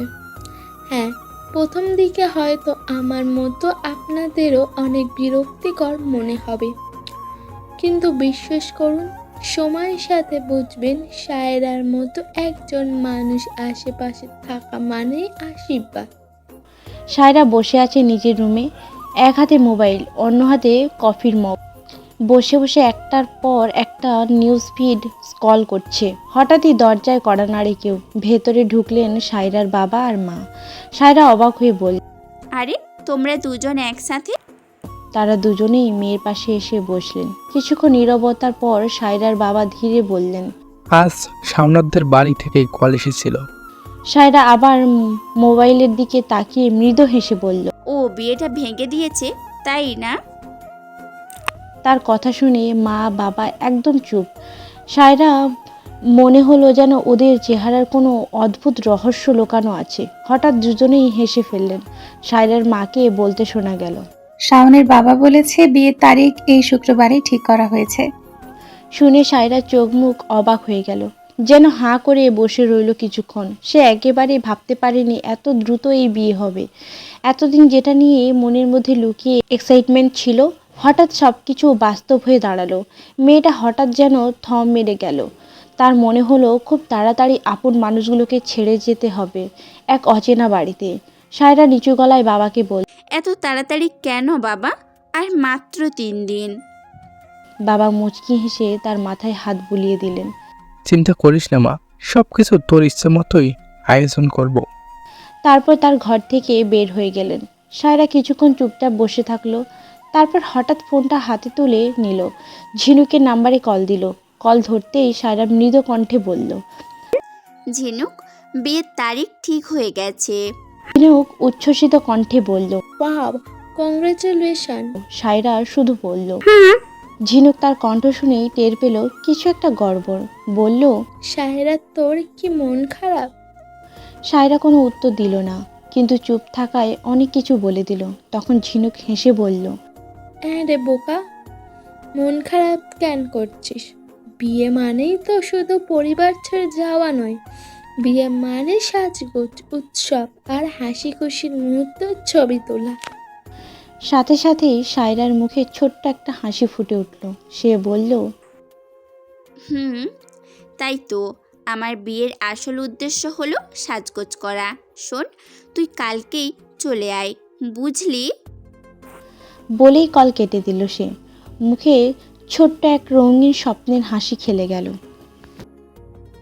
আজ সায়রার স্বপ্নের দিন, বিয়ের দিন। জিরু খুব যত্ন করে সাজিয়ে দিচ্ছে তাকে। লাল টুকটুকে লেহেঙ্গা, হাত ভর্তি চুড়ি, গলায় ভারী মালা, নলক, টিকলি, সব মিলিয়ে গেল রূপকথার রাজকন্যা। ঘর জুড়ে আতরের গন্ধ, বাইরে অতিথিদের কোলাহল, কিন্তু সায়রার মনে শুধু একটাই অস্থিরতা। ঝিনু কপালে ভাঁজ ফেলে বলল, আজ তোকে দেখে মনে হচ্ছে তুই বিয়েতে না, যুদ্ধক্ষেত্রে যাচ্ছিস। সায়রা মুখ ফুলিয়ে বলল, কখন আসবে? দেখতাম 1 ডজনকে জামাই সাজলে কেমন লাগে। ঝিনুক হেসে মাথা নেড়ে বলল, 1 ডজন নিয়ে বকবক বন্ধ কর, না হলে মানুষ ভাববে তুই সত্যিই পাগল। হঠাৎ সায়রা নরম স্বরে ঝিনুকের হাত ধরে বলল, ঝিনুক, আমার যে বিয়ে হয়ে যাচ্ছে, তোর কষ্ট হবে না? ঝিনুক চুপ করে তাকিয়ে রইল। ঝিনুক ঠোঁট কাঁপছে, চোখে এক অদ্ভুত মায়া। সায়রা আবার হেসে নিজের প্রশ্নের উত্তর দিল, দূর, আমি বা কি বলি, তুই তো চাইতিস আমি চলে যাই, যাতে তোর শান্তিতে থাকা হয়। আমার দুষ্টামির জন্য তুই অনেক বিপদে পড়েছিস, তাই না? ঝিনুকের চোখ ভিজে উঠল, কিন্তু মুখে সে তাচ্ছিল্য হাসি এনে বলল, আমি ভেবেছিলাম তুই মানুষের মনের কথা পড়তে পারিস, কিন্তু না, আমি ভুল ভেবেছিলাম। সায়রা খুব ভালো করেই জানে ঝিনুক যে তাকে শুধু ফ্রেন্ড না, বোনের মতো ভালোবাসে। তবুও সায়রা বলল, আমি চলে গেলে নতুন একটা শান্তশিষ্ট মেয়ে খুঁজে নিস। ঝিনুক এবার আগে বলল, এই, তুই নিজেকে কি মনে করিস? তোর কি মনে হয় আমি তোর বেস্ট ফ্রেন্ড আছি তোর জোড়াজুড়িতে? আমি কি পারতাম না তোকে ইগনোর করে অন্য কারোর সাথে মিশতে? কেন কারোর সাথে মিশিনি বলতো? তোকে ভয় পেয়ে নাকি? সায়রা তাকিয়ে আছে ঝিনুকের মুখে। ঝিনুকের চোখে পানি টলমল করছে। আমার বোন নেই, সবাই বলে বোনেরা নাকি খুব দুষ্টুমি করে। আমি কখনো সেই অনুভূতি পাইনি, কিন্তু তোর সাথে ফ্রেন্ডশিপ হওয়ার পর বুঝেছি আসলে বোনের ভালোবাসা কাকে বলে। তোর দুষ্টুমিগুলো না দেখলে আমার ভেতরে মনে হয় কিছু হারিয়ে যাচ্ছে। ঝিনুকের কণ্ঠ ভারী হয়ে এসেছে, চোখ বেয়ে পানি গড়িয়ে পড়ছে। সায়রা এবার ঝিনুককে জড়িয়ে ধরল। ঝিনুকের শরীর ঝাঁকুনি খাচ্ছে। কান্নার সাথে সাথে সায়রা চোখ বেয়েও পানি পড়ছে। কত বছর পর মেয়েটা কাঁদছে কে জানে। সায়রা মনে নেই সে ঠিক কবে কেঁদেছিল। ঝিনুক এবার নিজেকে সামলে নিয়ে বলল, হয়েছে, আর কাঁদতে হবে না। আজকে তোর খুশির দিন, আজ নো কান্নাকাটি। বলেই সায়রার চোখ আবারও ঠিক করে দিল। তারপর আয়নার সামনে সায়রাকে বসিয়ে দিল। ঝিনুক গিয়ে সায়রার পেছনে দাঁড়ালো। ঝিনুক বলল, দেখ আমার বোনটাকে দেখতে কতটা সুন্দর লাগছে, কারণ নজর না লাগুক। সায়রা ঝিনুকের কপালে ছোট্ট করে একটা চুমু খেলো। তখনই একটি মেয়ে এসে বলল, জামাই এসে গেছে। সায়রা চোখে মুখে হাসি ফুটে উঠল। সে তাড়াতাড়ি উঠে দাঁড়ালো, বলল, চল ঝিনুক, জামাইয়ের গেট ধরবো। এই, তুই পাগলামিটা আজ বন্ধ কর, মানুষ খারাপ বলবে। প্লিজ এখানে বসে থাক। কিছুতেই সায়রা এখানে বসতে রাজি না, সে যাবেই। কোনো উপায় না পেয়ে ঝিনুক আলমারি থেকে একটা শাল বের করে সায়রার শরীরে দিয়ে মুখ ঢেকে দিল। বলল, এবার চল আমার সাথে। তারা দুজন হাজির হলো যেখানে বরের গেট আটকানো হয়েছে। ঝিনুক ভয় পাচ্ছে যদি কেউ চিনে ফেলে। এখনো কেউ চিনতে পারেনি সায়রাকে। আর এই সায়রা কোনো বিশ্বাস নেই। সায়রা সবার মাঝখানে গিয়ে শালটা ফেলে দিল। ঝিনুক আটকানোর চেষ্টা করলো। এই ভয়টাই পাচ্ছিল ঝিনুক। এবার সকলে অবাক হয়ে তাকিয়ে আছে সায়রার দিকে। যেখানে সায়ন দাঁড়িয়ে আছে তার সামনে সায়রা গিয়ে বলল, আসসালামু আলাইকুম বর সাহেব। সকলে বিস্মিত চোখে দেখছে। সায়রার বাবা মাথায় হাত দিয়ে বলল, আল্লাহ দিল আবার আমার মান সম্মান শেষ করে। শাওনের বন্ধুরা সবাই হৈ হৈ করে উঠল। এ না হলে আমাদের ভাবি, সকলে স্লোগান দিতে লাগলো। আমাদের ভাইয়ের আগমন শুভেচ্ছা স্বাগতম, আমাদের ভাবির আগমন শুভেচ্ছা স্বাগতম। ঝিনুক সায়রাকে এখান থেকে নিয়ে যাওয়ার চেষ্টা করছে, কিন্তু সে যাবে না। সবাইকে থামিয়ে দিয়ে সায়রা বলল,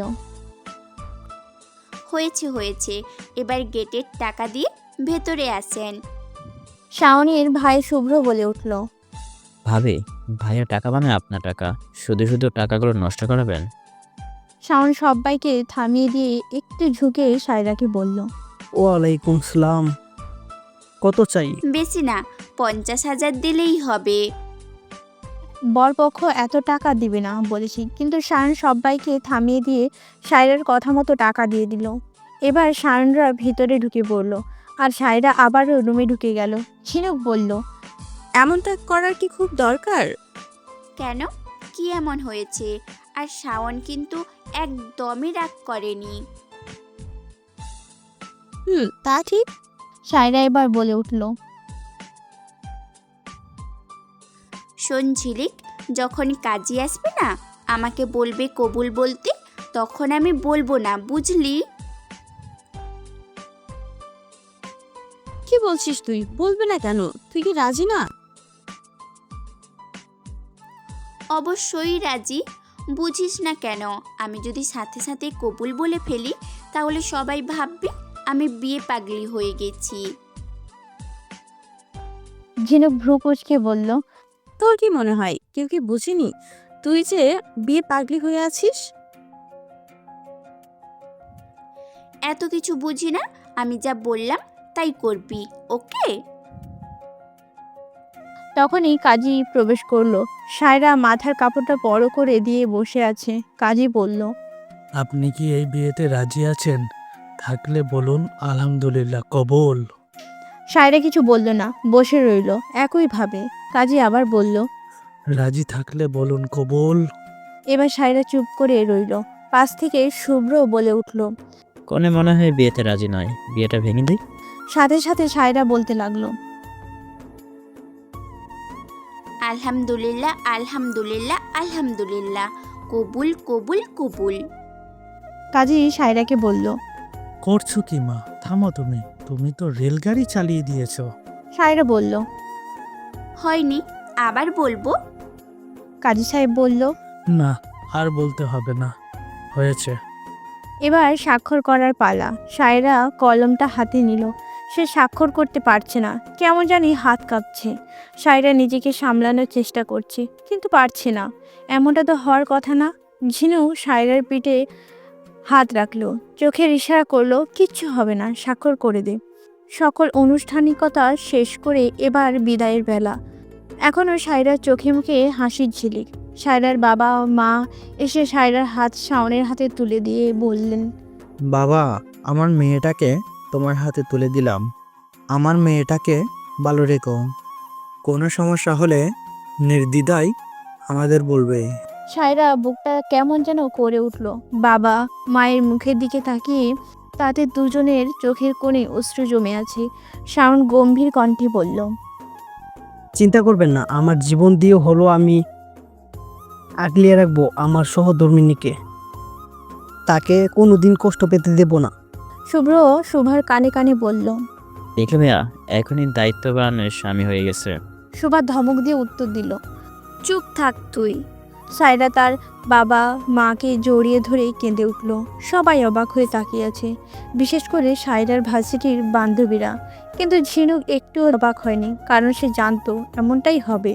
তার থেকে ভালো সায়রাকে আর কেউ বা চিনবে। সায়রা ছোট্ট বাচ্চাদের মতো হাউমাউ করে কাঁদতে লাগলো। বাবা মা, আমি তোমাদের ছেড়ে থাকতে পারবো না।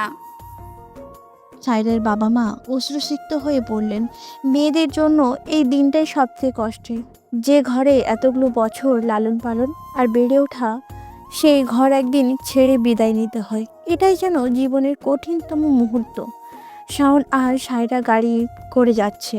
শায়ন স্টিয়ারিংয়ে আর সায়রা পাশের সিটে বসে বাহিরের অন্ধকারের আকাশের দিকে তাকিয়ে আছে। কান্নার কারণে তার শরীরটা বারবার কেঁপে উঠছে। সকলে অন্য গাড়িতে, শুধু শাওন নিজের গাড়ি নিয়ে সায়রাকে সাথে নিয়ে যাচ্ছে। রাত হয়ে এসেছে আর বাহিরে রাতের আকাশটা আজ যেন অদ্ভুত শান্ত ও সুন্দর। শাওন হঠাৎ বলল, শুরু মেয়ে, তোমাকে এমন স্থির নীরব মানাই না। সায়রা ধীরে ধীরে শাওনের দিকে তাকালো। শাওন তখন ড্যাশবোর্ড থেকে একটা টিস্যু এগিয়ে দিয়ে বলল, চোখ মুছে নাও। বাধ্য মেয়ের মতো চোখ মুছে নিল। এখনো তার মুখে কোনো কথা নেই, শুধু নিস্তব্ধতা। শাওন গাড়িটা সামনে নিয়ে গিয়ে হঠাৎ থামালো। সায়রা বিস্মিত হয়ে জিজ্ঞেস করলো, এখানে কেন থামালেন? একটু নেমে প্রকৃতির বাতাস লাগাও, শরীরে ভালো লাগবে। সায়রা বসে আছে একেবারে ফুলে ভরা সাজানো রুমে। বিছানায় ফুল, চারপাশে ফুল, এমনকি দেওয়ালে ঝোলানো শাওনের ছবিগুলোতেও যেন ফুলের ছোঁয়া আছে। লেহেঙ্গা পরা অবস্থাতেই কতক্ষণ ধরে অপেক্ষা করছে সে, অথচ এখনও শাওনের দেখা নেই। হঠাৎই সায়রা দাঁড়িয়ে গেল, রাগে অস্থিরতায় রুমে এদিক সেদিক হাঁটতে লাগলো। মনে মনে নিজেকেই বলল, মনটা চাইতেছি ওই খচ্চর ব্যাটারে টেনে এই রুমে নিয়ে আসি, তারপর একদম উত্তম মাধ্যম দেই। ঠিক তখনই দরজা খোলার শব্দও শোনা গেল। সায়রা হক চোখে তাকাতেই দেখে শাওন ঢুকছে। সায়রা রাগে ফুঁসতে ফুঁসতে সামনে গিয়ে দাঁড়ালো, কণ্ঠে ঝড় তোলা গলায় বলল, এসে গেলেন? আর 1 মিনিট দেরি হলে না, কাল নিউজে হেডলাইন হতো, স্বামী দেরিতে বাসর ঘরে ঢোকার কারণে নববধূর হাতে স্বামীর খুন। শাওন ধীর শান্ত গলায় বলল, এসব কি সাইরা? তুমি কি কোনোদিন বাংলা ছবি দেখোনি নাকি? সায়রা ঠোঁট কামড়ে উত্তর দিল। হ্যাঁ দেখেছি, তাই তো ভেবেছিলাম আমি হব শাবানা, কিন্তু কি হলো, শেষমেশ আপনি তো আমাকে শাবনূর বানিয়েই ছাড়লেন। সায়রা কথা শেষ করে গিয়ে বিছানার মাঝখানে বসে পড়ল, মাথায় লম্বা ঘুমটা দিয়ে। শাওন হাঁ করে তাকিয়ে আছে। এসব কি? সায়রা বলল। বোকার মতো দাঁড়িয়ে না থেকে আমার মাথার ঘোমটাটা সরিয়ে আমাকে উদ্ধার করুন। শাওন সায়রার কথায় পাত্তা না দিয়ে বলল। আমি ফ্রেশ হয়ে আসছি, তুমি তোমার লেহেঙ্গাটা খুলে ফেলো। সায়রা লজ্জা লজ্জা মুখ করে বলল। লেহেঙ্গা খুলে ফেলবো? শাওন কিছুই বুঝলো না, এভাবে লজ্জা পাওয়ার কি আছে। আমি তোমার লেহেঙ্গা খুলে অন্য পোশাক পরার কথা বলেছি। শাওন ওয়াশরুমে ঢুকে গেল। সায়রা অবলার মতো তাকিয়ে আছে। এসব কি? তারপর সায়রাও লেহেঙ্গা চেঞ্জ করে লম্বা টপস প্যান্ট পরে নিল। শাওন এসে বলল। সাইরা, এখন ঘুমিয়ে যাও, এখন আমরা দুজনই টায়ার্ড। শাওন শুয়ে পড়ল, কিন্তু সায়রা এখনো দাঁড়িয়ে আছে। শাওন চেয়ে দেখলো মুখ ফুলিয়ে দাঁড়িয়ে সায়রা। শাওন বলল। Any problem? আমার একটা কাজ আছে। শাওন বলল। কি কাজ? আপনাকেও যেতে হবে, চলুন। শাওন ভ্রু কুঁচকে বলল। যা কাজ সকালে হবে, এখন ঘুমিয়ে যাও। সায়রা বলল। সকালে করলে হবে না, এসব কাজ রাতেই করতে হয়। শাওন চোখ বড় বড় করে তাকিয়ে আছে। কি বলছো কি তুমি? যা বলার সরাসরি বলো। আমরা এখন চুরি করতে যাব। শাওন উঠে সায়রার সামনে দাঁড়ালো, বলল। তুমিও চুরি করো? সি সি, শেষ পর্যন্ত চুন্নিকে বিয়ে করলাম। এত কথা বাদ, এখন চলেন চুরি করতে যাব। যদি না যান তাহলে। শাওন পকেটে হাত ঢুকিয়ে বলল। তাহলে কি করবে? সায়রা একটু অদ্ভুত হাসি দিয়ে বলল। তেমন কিছু না, শুধু চিল্লাতে থাকবো। শাওন বলল। তুমি পাগল হয়ে গেছো। তুমি বুঝতে পারতেছো আজকে চিল্লাতে থাকলে মানুষ কি বলবে? সায়রা বলল। আমি বুঝেই বলেছি, এবার বলুন আপনি রাজি আছেন কি না। শাওন কিছুক্ষণ তাকিয়ে রইল। সে বুঝতে পারছে কিছু করার নেই, রাজি তাকে হতেই হবে, না হলে যে পাগল মেয়ে। আচ্ছা ঠিক আছে, কি চুরি করবা? সায়রা মুচকি হেসে বলল। তুমি আম গাছ কোথায় দেখলে? আর এখনে আমের সিজন না, এখনো গাছে আম হয়নি, বুঝছো? জি না, 1 ডজন। গাড়ি দিয়ে আসার সময় আপনাদের বাড়ির পাশেই যে বাড়িটা, সেই বাড়ির গেটের সাথেই আম গাছ আছে। তুমি না কাঁদতেছিলা, তাহলে এসব আম কখন দেখলা? এত কিছু আপনাকে ভাবতে হবে না, এখন চলুন যাই। শাওন আর সায়রা রাস্তা দিয়ে হেঁটে যাচ্ছে। সায়রা লাফাতে লাফাতে হাঁটছে। শাওন বলল। তুমি ব্যাঙের মতন লাফাচ্ছ কেন? সোজা হয়ে হাঁটো। আমি সোজা হয়ে হাঁটতেই পারি না, আপনার কোনো সমস্যা? হুম। ও, তুমি যদি প্রতিবন্ধী হও তাহলে সমস্যা নেই। সায়রা রাগে তাকিয়ে রইল। সায়রা বলল। আপনাকে কলেজের একটা কাহিনী শোনাই। শাওন কোনো কথা বলল না। সায়রা শাওনের উত্তরে আশায় না থেকে বলল। কলেজে পড়াকালীন আমি আর ঝিনুক চুরি করতে গিয়েছিলাম। অবশ্য ঝিনুককে আমি জোর করেই নিয়ে গিয়েছিলাম। কলেজের পাশেই একটা বাড়ি ছিল, বাড়িতে শুধু একটা মহিলা থাকতো। তার ছেলে মেয়ে সবাই বিদেশে থাকতো। ঘরের সামনেই একটা লিচু গাছ। আমি আর ঝিনুক চুরি করার জন্য বাড়িতে ঢুকে লিচু পাড়ছিলাম। তখনই মহিলা দেখে নিয়ে ঝাড়ু নিয়ে দৌড়ে আসে। আমি তো দেওয়াল টপকে বেরিয়ে আসি, কিন্তু ঝিনুক সেখানেই ছিল। পরে মহিলা ঝিনুককে না মেরে ঘরের সব তালা বাসন ধুয়ে তারপর ছেড়েছিল। বলেই সায়রা হাসতে শুরু করলো। শান পকেটে হাত ঢুকিয়ে হাঁটছিল, বলল। বেচারা ঝিনুক। তারা চলে আসে সেই বাড়ির সামনে। সায়রা বলল। দাঁড়ান, এটাই সেই বাড়ি। শাওন দেখলো আম গাছটা গেটের ওপারে। গেটের ওপরে উঠে তারপর আম পাড়তে হবে। শাওন বলল, বালু বউ আমার, চলো চলে যাই। তোমাকে বাজার থেকে যত আম মন চাই তত আম কিনে দেব। সায়রা শাওনের মুখ থেকে বউ ডাক শুনে লজ্জা পেল কিনা বোঝা গেল না। বলল, বউ ডেকে লাভ নেই, আমাকে আমি এক্ষুনি গাছ থেকে দিতে হবে। শাওন বিড়বিড় করে বলল। আল্লাহ আল্লাহ গো, কোন বলের শাস্তি দিচ্ছ? সায়রা বলল, কিছু বলেছেন?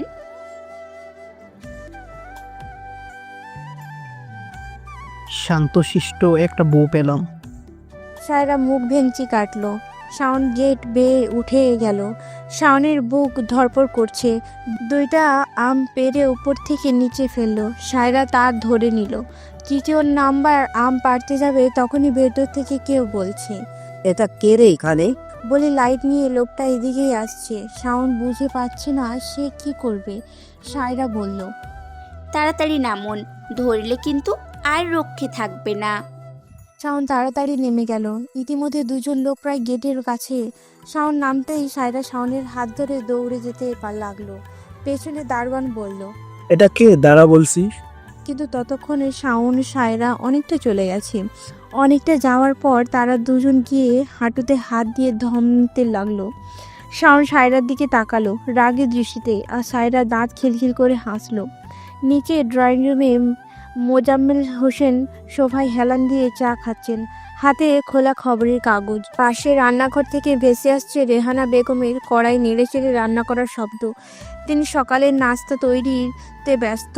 অন্যদিকে শুভা আর শুভ্র প্রতিদিনের মতোই কোনো এক তুচ্ছ বিষয়ে তুমুল ঝগড়ায় লিপ্ত। এটা তাদের নিত্য নতুন ব্যাপার। ঠিক সেই সময় সবার দৃষ্টি চলে গেল সিঁড়ির দিকে। সায়রা নামছে সিঁড়ি বেয়ে ধীর পায়ে। গায়ে হালকা রঙের শাড়ি, মাথার খোলা চুল দুপাশে বেয়ে ঝরে পড়ছে। শাড়ির কুচি এক হাতে ধরে নামছে, তবুও পায়ের নিচে বারবার আটকে যাচ্ছিল কাপড়। মনে হচ্ছিল যে কোনো মুহূর্তে শাড়িটা খুলে যাবে। সবাই অবাক হয়ে তাকিয়েও রইল, আবার অনেকেই মুচকে মুচকে হাসতেও লাগলো। মোজাম্মেল হোসেন একটু হাসি চেপে খবরের কাগজ টেবিলে রেখে উঠে গেলেন নিজের রুমে। শুভ্র এখনো কিছুই বুঝতে পারেনি, মোবাইল কানে নিয়ে ডুবে আছে। শুভা তখন হঠাৎ চোখ বড় বড় করে শুভ্রকে বলল, শুভ্র, তুই ঘরে যা। শুভ্র অবাক হয়ে তাকিয়ে বলল। কেন? এখন আবার কি হলো? শুভা তাড়াহুড়ো করে বলল, তোর হেডফোনটা ঘরে পড়ে আছে, গিয়ে নিয়ে আয়। শুভ্র বিরক্ত মুখে ঘরের দিকে হাঁটলো, আর শুভা তাড়াতাড়ি ছুটে গিয়ে সায়রাকে ধরে দিল নিচে নামতে। যদি ধরতো না এতক্ষণে হয়তো সিঁড়ি ভেঙে গড়াগড়ি খেত সায়রা। শুভা হেসে বলল, ভাবি, এত সুন্দর করে শাড়ি পরা কে শিখালো? আমাকেও একদিন শিখিয়ে দিও। সায়রা ঠোঁট ফুলিয়ে শিশু সুলভ ভঙ্গিতে বলল,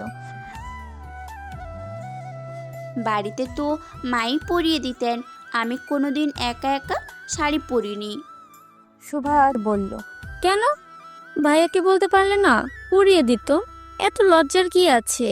সায়রা ঠোঁট বাঁকিয়ে উত্তর দিল, তোমার ভাই আবার শাড়ি এক নাম্বারে আনরোমান্টিক।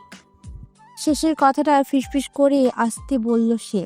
ঠিক তখনই সেখানে রেহানা বেগম এসে হাজির হয়ে বললেন, এবার কি শাড়ি ছেড়ে নিচে নেমে এলে? শাড়ি পরতে পারো না এখনো? সায়রা চুপ করে রইল, কিছুই বলল না। রেহানা বেগম একটু হাসি চেপে বললেন, আচ্ছা ঠিক আছে, এসো আমি পরিয়ে দিচ্ছি। তারপর তিনি ধীরে ধীরে সায়রাকে শাড়ি পরিয়ে দিতে লাগলেন। শাড়ি পরানোর সময় সায়রা একটু কৌতূহল নিয়ে জিজ্ঞেস করলো, শাশুমা, আমার শ্বশুরমশাই কি আপনাকে শাড়ি পরিয়ে দিয়েছিলেন বিয়ের পর? রেহানা বেগম ভ্রু কুঁচকে তাকিয়ে বললেন, এসব কি আজে বাজে কথা, লজ্জা করছে না এসব প্রশ্ন করতে? মুচকি হেসে বলল, লজ্জা পাওয়ার কি আছে, শুধু বলুন না পরিয়ে দিয়েছিলেন তো। রেহানা বেগম মাথা নেড়ে ধীরে বললেন, হ্যাঁ দিয়েছিলাম। আমি শাড়ি পরাতে পারতাম, কিন্তু তবু উনি নিজের হাতে পরিয়ে দিয়েছেন আমাকে। এবার গম্ভীর মুখে বলল, তাহলে আপনার ছেলে এত গম্ভীর আর আনরোমান্টিক কেন শুনি? রেহানা বেগম বিরক্ত হয়ে গলা নামিয়ে বললেন, সেটা তোমার স্বামীকে গিয়ে জিজ্ঞাসা করো। রেহানা বেগম শাড়ি পরিয়ে চলে গেলেন আর বললেন, কি মেয়ে রে বাবা, এমন মেয়ে বাপের জন্মেও দেখিনি। সায়রা আর রেহানা বেগম রান্নাঘরে। রেহানা বেগম ব্যস্তভাবে রান্না করছে আর সায়রা যেন তার ছায়ার মতো পেছন পেছন ঘুরছে। একের পর এক ফালতু কথা বলে যাচ্ছে। রেহানা বেগম যেখানে যাচ্ছেন সায়রাও হুবহু সেই দিকেই যাচ্ছেন। কখনো হাঁড়ি উকি দিয়ে, কখনো লবণ কম বেশি হবে কি না সেটা নিয়ে বকবক করে। রেহানা বেগম সবজি কাটছিলেন। পেছনে দাঁড়িয়ে সায়রা কৌতূহলী চোখে সব দেখছে। হঠাৎই রেহানা বেগম পেছন ফিরতে ঠাস করে সায়রার মাথায় সাথে ধাক্কা খেলেন। রেহানা বেগম বিরক্তিতে নাক মুখ কুঁচকে উঠলেন। মুখ দিয়ে বের হলো, এই মেয়ে, আমার কাজের মাঝে মাথা গুঁজে আছো কেন? সায়রা চোখ বড় বড় করে নাটকীয় ভঙ্গিতে বলল, হায় হায় শাশুমা, একবার টোকা খেলেই মাথায়। সিং গজাবে, আরেকবার দেন না দেখি সিং দুটো সমান হয় কি না। বলেই সায়রা হেসে রেহানা বেগমের মাথার সাথে আবার হালকা ধাক্কা দিল। রেহানা বেগম এবার বিরক্তি সামলে হাঁসফাঁস করে বললেন, আল্লাহ বাঁচাও, এই মেয়েটা তো আমাকে পাগল করে ছাড়বে। রেহানা বেগম রান্না করতে করতে বিরক্ত সামলিয়ে বললেন, চা খাবে? সায়রার সাথে সাথে ভ্রু কুঁচকে উত্তর দিল, না, চা খেলে গরম লাগে। তাহলে ঠান্ডা পানি খাবে? রিহানা বেগম আবার জিজ্ঞাসা করলেন। সায়রা গম্ভীর ভঙ্গিতে বলল, না, ঠান্ডা লাগে। রেহানা বেগম বললেন, তাহলে কি এবার আবার মাথাটা খাবে নাকি? সায়রা দাঁত বের করে খিলখিল করে হেসে উঠল। তারপর ধীরে ধীরে মাথা নাড়ল। হ্যাঁ। রেহানা বেগম অবলার মতো তাকিয়ে থাকলো সায়রার দিকে। রেহানা বেগম বললেন, যাও তো, গিয়ে শাওনকে কফিটা দিয়ে এসো। সায়রা হাত জোড়ো করে নাটকীয় ভঙ্গিতে বলল, হ্যাঁ, যথা আজ্ঞা শাশুমা। বলেই রান্নাঘরে বসে অনেকক্ষণ ধরে স্পেশাল কফি বানাতে লাগলো। রেহানা বেগম হাঁপ ছেড়ে বললেন, গেছে তো, এবার একটু তাড়াতাড়ি কাজ শেষ করি, তা না হলে আবার এসে মাথা খাওয়া শুরু করে দেবে। এদিকে শাওন তখনও ঘুমোচ্ছে। সায়রা কফির কাপ হাতে শোবার ঘরে ঢুকে মিষ্টি গলায় ডাকলো, ওগো স্বামী, শুনছো? তোমার জন্য কফি নিয়ে আসছি, ওঠো ওঠো। শাওন হালকা বিরক্ত নিয়ে উঠে বসলো। সায়রা কাপটা তার হাতে দিয়ে বলল, দেখো, তোমার জন্য নিজের হাতে বানানো স্পেশাল কফি। শাওন চুমুক দিতেই হঠাৎ নাক মুখ কুঁচকে গেল। এটা কি বানিয়েছো? এটা কফি? সায়রা গর্বের ভঙ্গিতে বলল, অবশ্যই, এটা আমার স্পেশাল কফি। শাওন কপালে হাত দিয়ে বলল। সায়রা নির্দ্বিধায় উত্তর দিল, বেশি কিছু না, পানি, দুধ, কফি পাউডার, চিনি আর জিরা। শাওন চোখ বড় বড় করে তাকালো। কফিতে কি দিয়েছো এটা? জিরা? কফিতে কেউ জিরা দেয় নাকি? সায়রা গম্ভীর মুখে বলল, আমার শাশুমা বলেছেন রান্নায় জিরা দিলে স্বাদ বাড়ে, তাই ভাবলাম কফিতেও দিলে টেস্টি হবে। শাওন হাল ছেড়ে মাথা নাড়াল। কফি কি তোমার কাছে রান্না মনে হলো? সায়রা ঠোঁট ফুলিয়ে বলল, বাদ দেন তো, প্রথমবার কফি বানালাম, একটু তৃপ্তি করে খাওয়ার বদলে শুধু বকাঝকা করছেন। শাওন মুচকি হেসে বলল, তৃপ্তি তো হচ্ছে, কিন্তু সেটা খাবার না, মরার। ডাইনিং টেবিলে সকলে বসে সকালে নাস্তা করছে। রুটি, ডিম আর চা, সবই সাজানো। শুভ্র হঠাৎ মুখ গম্ভীর করে বলল, জি। গতকাল পাশের বাড়ির নাকি চোর ঢুকেছিল। সায়রা আর শাওন চমকে তাকালো। শুভা কৌতূহলী হয়ে বলল, কি চুরি করেছে? শুভ্র মুখ টিপে হাসতে হাসতে বলল, তেমন কিছু না, শুধু গাছের অর্ধেক আম নাকি চুরি করে নিয়ে গেছে। শাওন আর সায়রা একসাথে মুখ চাওয়াচাওয়ি করলো। মনে মনে দুজনে একই চিন্তা। দুইটা আম চুরি করে নিয়ে আসে, কিন্তু এখন গল্প হয়ে গেছে গাছের অর্ধেক আম। শুভ্র আবার বলল, শুনেছি চোরগুলো নাকি আমাদের বাড়ির দিকে আসছিল। ভাইয়া, তুমি কিছু দেখোনি? শাওন মুখ বাঁকিয়ে গম্ভীর সুরে বলল, আমি কি দারোয়ান নাকি যে চোর পাহারা দেব? মোজাম্মেল হোসেন আফসোসের ন্যায় বলল, আমেরও তোবা পড়েছে যে আমও আজকাল চুরি করতে হয়। শাওন কপালে হাত দিল আর শুভা সায়রা হেসে টেবিলে কাঁপিয়ে দিল। রেহানা বেগম বিরক্ত হয়ে বললেন, চুপ করো তো সবাই। সকালে নাস্তার টেবিলে তোমাদের নাটকের মঞ্চ তৈরি হয় মনে হয়। কিন্তু সায়রা দুষ্টুমি করে বলল, শাশুমা, নাটক তো শুরু হয়েছে চোর দিয়ে, এখন হিরো আসবে আর খলনায়ক ধরবে। সবাই আবার খিলখিল করে হেসে উঠল। খাওয়া দাওয়া শেষ করে শুভ্র, সায়রা আর শুভা একসাথে বসে লুডো খেলছে। তিনজনই সমান বয়সের মতো হাসাহাসি করে দারুণ মজা করছে। অথচ শুভা বিয়েতে রাজি ছিল না। হলুদ গুঁড়োর শরবতের কাহিনী এখনও সকলে মনে রেখেছে। সায়রা শাড়ি পরে লুডো খেলতে গিয়ে বারবার বিরক্ত হচ্ছিল। যতই রেহানা বেগম সুন্দর করে পরিয়ে দিক না কেন, সায়রা মনে হচ্ছিল শাড়ি একদম ঝামেলার পোশাক। রেহানা বেগম বিষয়টা টের পেয়ে বললেন। সায়রা, যাও গিয়ে শাড়ি চেঞ্জ করে অন্য কিছু পরে আসো। সায়রা বিড়বিড় করে বলল, মহিলা গম্ভীর হলেও কেয়ারিং আছে, আমার জামাইয়ের থেকেও কেয়ারিং। আর ওই বেটা খাওয়া দাওয়া করে ঘরে গেল, একবারও আসলো না। এই ভেবে সায়রা রুমে ঢুকতেই হঠাৎ কেউ তার হাত ধরে দেওয়ালে চেপে ধরলো। প্রথমে সায়রা ভয়ে চোখ বড় বড় করলো, কিন্তু তারপরই বুঝলো সায়ন। সায়রা গলা শুকিয়ে গেল, হালকা গিলল।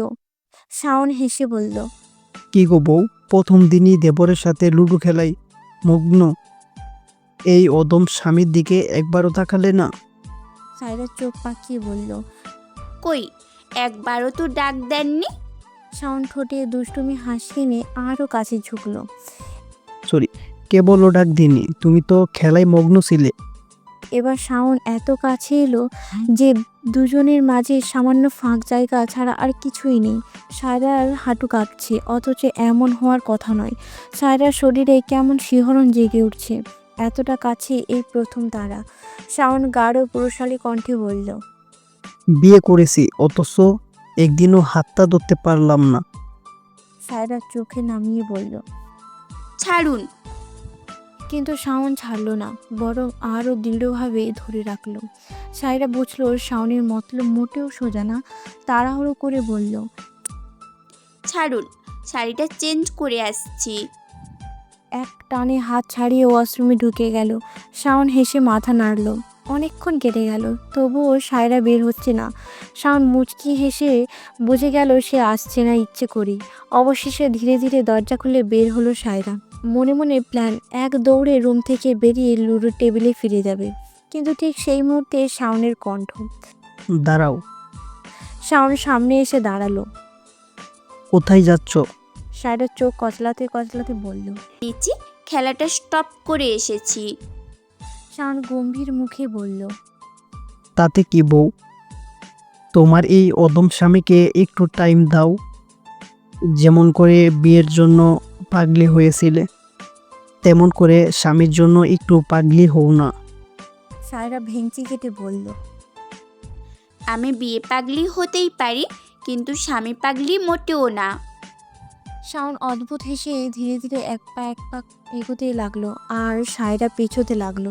চোখে মুখে টানাটানি উত্তেজনা। ঠিক তখনই রুমে ঢুকে পড়ল শুভা। ভাবি, খেলবে না? আসো। শাওন একদম জমে গেল, আর সায়রা হাঁপ ছেড়ে বাঁচলো। শুভা দরজা ঠেলে ঢুকে মুচকি হেসে বলল, আমি কি ভুল টাইমে চলে আসলাম? সরি। সায়রা সঙ্গে সঙ্গে এগিয়ে গেল শুভার, হাসি মুখে বলল, না না, একদম ঠিক টাইমে এসেছো, চলো যাই। তারপর পেছন দিয়ে তাকিয়ে শাওনের দিকে চোখ ছোট করে তাকালো। মুচকি হেসে জিহ্বা বের করে দিল, আর কোনো পাত্তা না দিয়েই শুভাকে নিয়ে বেরিয়ে গেল রুম থেকে। শাওন এক জায়গায় দাঁড়িয়ে রইল, ঠোঁট বাঁকা করে মাথা নেড়ে নিজেই বিড়বিড় করে বলল, কিরে শাওন, দেখে শুনি তো বিয়ে করেছিলি, এখন বোঝো মজা। শাওন অনেকক্ষণ ধরে রুমে একা বসে আছে, কিন্তু সায়রা আসার নামই নেই। দেওয়ালে ঝোলানো ঘড়ির দিকে তাকিয়ে দেখলো রাত প্রায় 12টা। হঠাৎ নিচ থেকে ভেসে আসছে খিলখিল হাসির শব্দ। নিচে তাকাতেই দেখলো সায়রা আর শোভা সোফায় বসে কার্টুন দেখছে। শাওন চোখ কুঁচকে বিড়বিড় করলো, এই বয়সেও কেউ কার্টুন দেখে? সে রাগে গর্জে সিঁড়ি বেয়ে নিচে নেমে এলো। বুকের উপর 2 হাত রেখে কিছুক্ষণ দাঁড়িয়ে রইল। কিন্তু এদিকে সায়রা আর শোভা যেন অন্য জগতের মানুষ, হাসি থামছেই না। শাওন এবার রাগী গলায় বলল, কি সমস্যা তোদের? এই রাত বিরাতে পেতনিদের মতন হাসছিস কেন? শাওনের কণ্ঠ শুনে শোভা আঁতকে উঠল, মাথা নিচু করে চুপচাপ বসে রইল। কিন্তু সায়রা সরু চোখে শাওনের দিকে তাকিয়ে রইল, যেন মুখে লিখে রেখেছে তুমি কিছুই করতে পারবে না। শাওন এবার এগিয়ে গিয়ে রিমোটটা ছিনিয়ে নিল, টিভি বন্ধ করে দিয়ে শুভাকে বলল।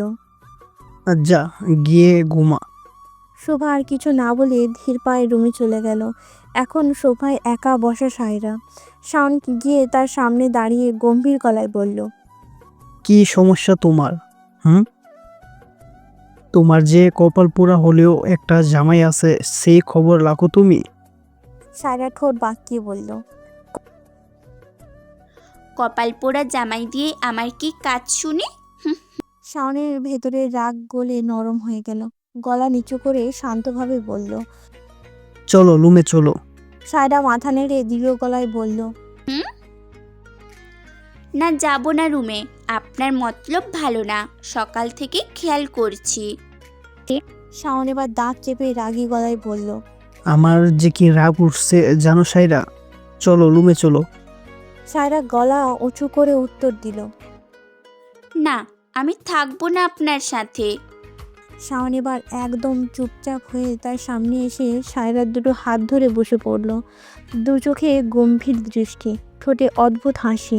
তারপর হঠাৎ নাটকীয় ভঙ্গিতে গলা পরিষ্কার করে গান ধরল। ও বউ, তুমি কি আমায় ভালোবাসো না? ও বউ, তুমি কি আমায় ভালোবাসো না? ও বউ, কেন তুমি আমার কাছে আসো না?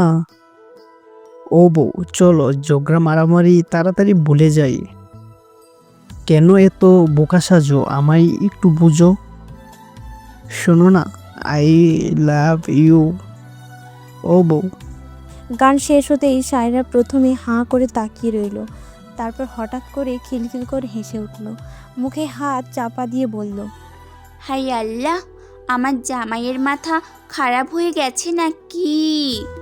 শাওন মুখ গম্ভীর করে ভ্রু কুঁচকে বলল, হ্যাঁ, মাথা খারাপই হয়ে গেছে তোমারই জন্য।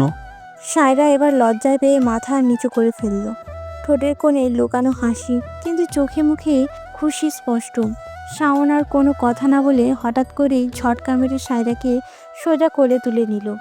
সায়রা চমকে উঠল, তার শরীরটা যেন হঠাৎ বিদ্যুতের মতো কেঁপে উঠল। আহ, কি করছেন আপনি? আমাকে নামান, নামান বলছি। সায়রা হাত পা ছুটতে লাগলো, মুখ লাল হয়ে উঠেছে। কিন্তু শাওনের ঠোঁটে দুষ্টু হাসি ঝুলিয়ে বলল, এখন আর নামানি হবে না বউ, আজকে তুমি আমার কুলে সেফ। সায়রা ঠোঁট কামড়ে রাখলো, বুকের ভেতর ধকধক শব্দ কানে বাজছে। শাওনের চোখের দিকে তাকাতেও পারছে না। শাওন ফিসফিস করে কানে বলল, তুমি কি জানো, আজ পর্যন্ত তোমাকে আমি ঠিক মতে শুতেই পারিনি, অথচ তুমি আমার বউ। এত ভয়। সায়রার শরীর হালকা কেঁপে উঠল, শ্বাস ভারী হয়ে এলো। তার ঠোঁট কাঁপছিল, কিন্তু কোনো শব্দ বের হলো না। অনেকগুলো দিন পার হয়ে গেল সায়রার এই বাড়িতে সংসার করার। সংসার বললে হয়তো ভুল হবে, আসলে পুরো ব্যাপারটা দুষ্টামি আর খুনসুটি দিয়েই ভরা। তবুও আশ্চর্যের বিষয়, এই বাড়ির মানুষগুলো যেন অন্যরকম। সবাই কত ভালোবাসে সায়রাকে, আর সায়রাও তার মিষ্টি স্বভাব আর দুষ্টুমির মধ্যে খুব সহজেই সবার আপন হয়ে গেছে। আগে তো শুধু শুভা, শুভ্র আর সায়রা এই তিনজন মিলে দুষ্টামি করত, কিন্তু এখন তো বয়স্কদেরও ছাড় দিচ্ছে না সে। পুরো বাড়িটাই যেন মাথায় তুলে রেখেছে এই এক মেয়ে। সেদিন রাতে ঠিক হলো সবাই মিলে হরর মুভি দেখা হবে। শাওন অফিসে ফিরতে রাত হবে বলেছে। শুভ্র তার এক বন্ধুর জন্মদিনের পার্টিতে গেছে। তার টিভির সামনে বসে রইল রেহানা বেগম, মোজাম্মেল সাহেব, শুভা আর অবশ্যই সায়রা। মুভি শুরু হলো, চারজন একসাথে বসে মুভি দেখছে। তবে অন্যদের চোখে ভয় থাকলেও সায়রার চোখে মুখে শুধু বিরক্তি। আরে কি মুভি এটা, একটুও তো ভয় নেই। সায়রা মুখ ভার করে বলে। রেহানা বেগম হেসে বললেন, যাও গিয়ে লাইট অফ করে দিয়ে আসো, তাহলে ভয়টা আসবে। শুভা তাড়াতাড়ি মাথা নাড়িয়ে বলল, না আম্মু, ভয় লাগে আমার। রেহানা বেগম সাথে সাথেই ধমক দিয়ে বললেন, চুপ করো ছেমরি। অজ্ঞত সায়রা উঠে গিয়ে ড্রয়িং রুমে লাইট অফ করে এলো। সঙ্গে সঙ্গে ঘরটা আধো অন্ধকার হয়ে গেল। শুধু টিভির আলোয় এখনো সবার মুখ দেখা যাচ্ছে, আর দেওয়ালে দেওয়ালে অদ্ভুত ছায়া খেলছে। মুভির ভৌতিক সাউন্ড বেড়ে গেল, বাতাসও যেন ভারী হয়ে উঠল। সবাই মন দিয়ে টিভির দিকে তাকিয়ে আছে, কিন্তু হঠাৎ তখনই টিভিতে ভয়ঙ্কর দৃশ্য ভেসে উঠল। সায়রা আর শুকনো ঢোক গিল, ভয় করছে, তবুও কারো কাছে ধরা যাবে না, সে ভয় পাচ্ছে। এটা কিছুতেই বোঝা চলবে না। সে একবার মোজাম্মেলের দিকে তাকালো। উনি তো ঘুমিয়েই পড়েছেন সোফায় বসে। রেহানা বেগম এক দৃষ্টিতে তাকিয়ে আছেন টিভির পর্দায়, আর শুভা হাঁটু মুখ একসাথে গুটিয়ে বসে চোখ বড় বড় করে তাকিয়ে আছে পর্দার দিকে। অজ্ঞত সায়রা আবারও মনোযোগ দিল টিভিতে। ঠিক সেই মুহূর্তে তার কাঁধে পড়ল এক ঠান্ডা স্পর্শ। সায়রা ধীরে ধীরে পেছনে তাকাতেই দেখে এক লম্বা কালো ছায়া দাঁড়িয়ে, অথচ তো ঘরে তারা চারজন ছাড়া আর কেউ নেই। মুহূর্তের মধ্যে সায়রার শরীর অবশ হয়ে গেল। তারপর হঠাৎ করে জোরে চিৎকার করে সোজা গিয়ে উঠে পড়ল রেহানা বেগমের কাঁধে। চমকে গিয়ে মোজাম্মেল ঘুম থেকে জেগে উঠলেন। দেখেন সায়রা দুই হাত দিয়ে আঁকড়ে ধরে বসে আছে রেহানা বেগমের কাঁধে। সায়রা মুখ চেপে আছে রেহানার চুলের ভেতর। সায়রার শরীর কাঁপছে। এমন দৃশ্য দেখে শোভা কিছুই না বুঝে নিজেই চিৎকার করে কান বন্ধ করে দিল। রেহানা বেগম এবার চিৎকার করে উঠলেন, এই মেয়ে, নামো, আমার ঘাট থেকে ঘাড় ভেঙে দিল। হঠাৎ ঝটকা দিয়ে ড্রয়িং রুমের লাইট জ্বলে উঠল। সায়রা ধীরে ধীরে চোখ খুলে নিচে তাকালো। সে সত্যিই রেহানা বেগমের কাঁধে চড়ে বসে আছে। লজ্জায় তাড়াতাড়ি জিভে কামড় দিল, তারপর নামতে গিয়ে একরকম গড়াগড়ি খেয়ে নামলো। রেহানা বেগম বিরক্ত হয়ে বললেন, এতই যদি ভয় পাও তাহলে মুভি দেখতে বসেছো কেন? সবাই তখন অবাক হয়ে তাকালো পেছনের দিকে। সেখানে দাঁড়িয়ে আছে শাওন, হাসতে হাসতে পেট ফেটে যাচ্ছে। সারা এক নিমেষেই বোধগম্য হয়ে গেল পেছন থেকে যে তাকে ভয় দেখিয়েছে সে আর কেউ নয়, শাওন। রাগে ফুঁসতে ফুঁসতে সায়রা ছুটে গিয়ে দাঁড়ালো শাওনের সামনে।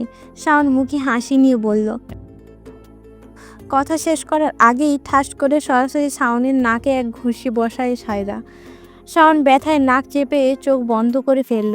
সবাই হতভম্ব হয়ে তাকিয়ে রইল। রেহানা বেগম চিৎকার করে বললেন, এসব কি? সায়রা, শাওনকে মারছো কেন? সায়রা দাঁত খিচিয়ে বলল, শাশুমা, আমি যে আপনার কাঁধে উঠলাম, আপনি ব্যথা পান নাই? রেহানা বেগম গম্ভীর মুখে বললেন, পেয়েছি তো বটেই, ঘাড় বোধহয় ভেঙে গিয়েছে। সায়রা এবার গর্জে উঠল, হ্যাঁ, সেই ব্যথা পাওয়ার আসল কারণ হলো আপনার এই ছেলে। ওই আমাকে ভয় দেখিয়েছে পেছন থেকে, তাই আমার এমন অবস্থা হলো। রেহানা বেগম এবার রাগী দৃষ্টিতে তাকালেন শাওনের দিকে, তারপর সায়রাকে বলে উঠলেন, আসতে দিলে কেন?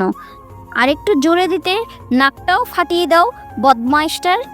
শাওন হতভম্ব হয়ে ভেতরে ভেতরে বলল, কি দিন যে দেখছি, নিজের মাও আমার পক্ষ নেই। নিজেরা ভূতের বই পাই আর পরে দোষ হই আমার। সবাই নিজ নিজ রুমে চলে গেছে। সায়রা শাওনের নাকে বরফ লাগিয়ে দিচ্ছে, আর শাওন বারবার ব্যথায় চোখ বন্ধ করে নিচ্ছে। বউ গো, তোমার হাতে এত শক্তি, আমার নাকটা তুমি অচল করে দিলে গো বউ। এখন যদি আমার নাকের কিছু হয়ে যায় তাহলে সবাই নাক ছাড়া লোকের বউ ডাকবে। সায়রা নিচু গলায় বলল, কি দরকার ছিল আমাকে এভাবে ভয় দেখানো? আমি তো মনে করেছিলাম তুমি আমাকে বইয়ে জড়িয়ে ধরবে, তা না করে আমার মায়ের কাঁধে উঠে গেলে। বারে আমার রোমান্টিক বউ। সায়রা তাকিয়ে আছে লোকটার দিকে। শ্যামলা চেহারার নাকটা কেমন লাল হয়ে গেছে। সায়রা বলল, আচ্ছা, এখন জড়িয়ে ধরি। বলেই সায়রা জড়িয়ে ধরতে গেলে আবারও শাওনের নাক আর সায়রার কপাল অ্যাক্সিডেন্ট করে। সায়রার চোখ মুখে কুচকে বলে, আল্লাহ, আবারও ব্যথা পাইছি আমার জামাইটা। বলে হাত দিয়ে আবারও স্পর্শ করলো শাওনের নাক। সায়রার স্পর্শে আবারও ব্যথায় শিহরিত শাওন। শাওন এবার জোরে চিৎকার দিল। শাওন বসা থেকে সোজা পড়ে গেল বিছানায়। শাওন চোখ বন্ধ করার আগে বলল, আল্লাহ গো, এক নারীর হাতে পুরুষ নির্যাতিত হচ্ছে, এই লজ্জা আমি কই রাখবো? এর থেকে ভালো তুমি আমাকে তোমার কাছে নিয়ে যাও। শাওনের বাড়ির সবাই এখন হাসপাতালে। ডাক্তারের কেবিনের বাইরে উৎকণ্ঠায় অপেক্ষা করছে সবাই। ভেতরে সায়রাকে পরীক্ষা করছেন ডাক্তার। আজ সকালের ঘটনা, হঠাৎ করে সায়রা ফ্লোরে লুটিয়ে পড়ে। যে মেয়েটা কিনা সারাক্ষণ দুষ্টুমি করে, হাসি ঠাট্টায় বাড়ি মাথায় তোলে। সেই মেয়েটাই কয়েকদিন ধরে চুপচাপ হয়ে গেছে, না খাওয়া না দুষ্টমি, সারাদিন শুধু বিছানায় শুয়ে থাকে। কিন্তু আজকের ঘটনাটা সবাইকে একেবারে হতবাক করে দিল। পাগলের মতো ছুটে সবাই সায়রাকে হাসপাতালে নিয়ে এসেছে। 6 মাস হলো শাওন আর সায়রার বিয়ে। এই 6 মাসেই সায়রা তার দুষ্টুমি, মিষ্টি স্বভাব আর নির্দোষ হাসি দিয়ে বাড়ির সবাইকে আপন করে নিয়েছে। কেবিনের বাইরে বসে রেহানা বেগম কাঁদতে কাঁদতে বারবার বলছে, আমার বৌমাটার কি হয়ে গেল গো আল্লাহ গো। প্রথমে যতই রাগ করতাম দুষ্টুমির জন্য, এখন তো আমার মুখে সারা নাম ছাড়া আর কোনো নামের কথা আসেই না। আমার বুকটা ফাঁকা হয়ে যায় যদি কিছু হয়ে যায়। ডাক্তার এবার সবাইকে কেবিনে ডাকলেন। সায়রা শান্তভাবে বসে আছে চেয়ারে। শাওন এগিয়ে গিয়ে তার হাত ধরলো। চোখে মুখে শুধু উৎকণ্ঠা। রেহানা বেগম ব্যাকুল কণ্ঠে বলল, ডাক্তার, আমার বৌমার কি হয়েছে? ডাক্তার হালকা হাসি দিয়ে বললেন, শান্ত হন, খুশি সংবাদ আছে। রেহানা বেগম তেলে বেগুনে জ্বলে উঠলেন। ফাজলামো করেন নাকি? আমার বৌমা অসুস্থ হয়ে লুটিয়ে পড়েছে আর আপনি খুশির কথা বলছেন? ডাক্তার এবার গম্ভীর অথচ এক একটা থেকে একটু একটু করে খেয়ে আবারও মুখ কুচকাচ্ছে। রান্নাঘরে রেহানা বেগম ব্যস্ত, কিন্তু কাজের ফাঁকে বারবার ছুটে আসছেন সায়রার কাছে। কিছু লাগবে নাকি মা? পানি দেবো? আর একটু নুন লাগবে। মনে হয় পারলে তিনি সারাদিন সায়রার পাশে বসে থাকতেন। শুধু রেহানা বেগম নন, একবার শাওনের বাবাও এসে বলেছে, কি খাবে বৌমা? একবার শুভা এসে বলেছে, ভাবে টক লাগতেছে। একবার শুভ্র দৌড়ে আসে, আমি এনে দিই, তুমি ওঠো না। আর শাওন তো আছেই, দিনের শতবার কল দেয়। কি করছো? কেমন আছো? কিছু লাগবে? সায়রা এত যত্নে একেবারে অবাক হয়ে গেছে। ঠিক তখনই দরজা দিয়ে ভেতরে আসছে কেউ। সায়রা টের পেল, মুখ তুলে তাকাতেই দেখলো ঝিনুক। সাথে সাথে সায়রার মুখে জলমলে হাসি ফুটে উঠল।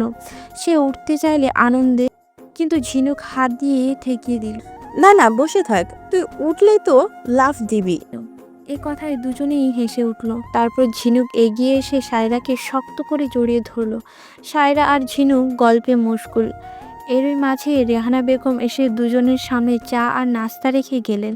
ঝিনুক কাপ হাতে নিয়ে হঠাৎ বলল, শুভ্র কোথায়? সায়রার সাথে সাথে ভ্রু নাচিয়ে বলল, সবই জানি। ঝিনুক মুখ নিচু করে হেসে ফেলল।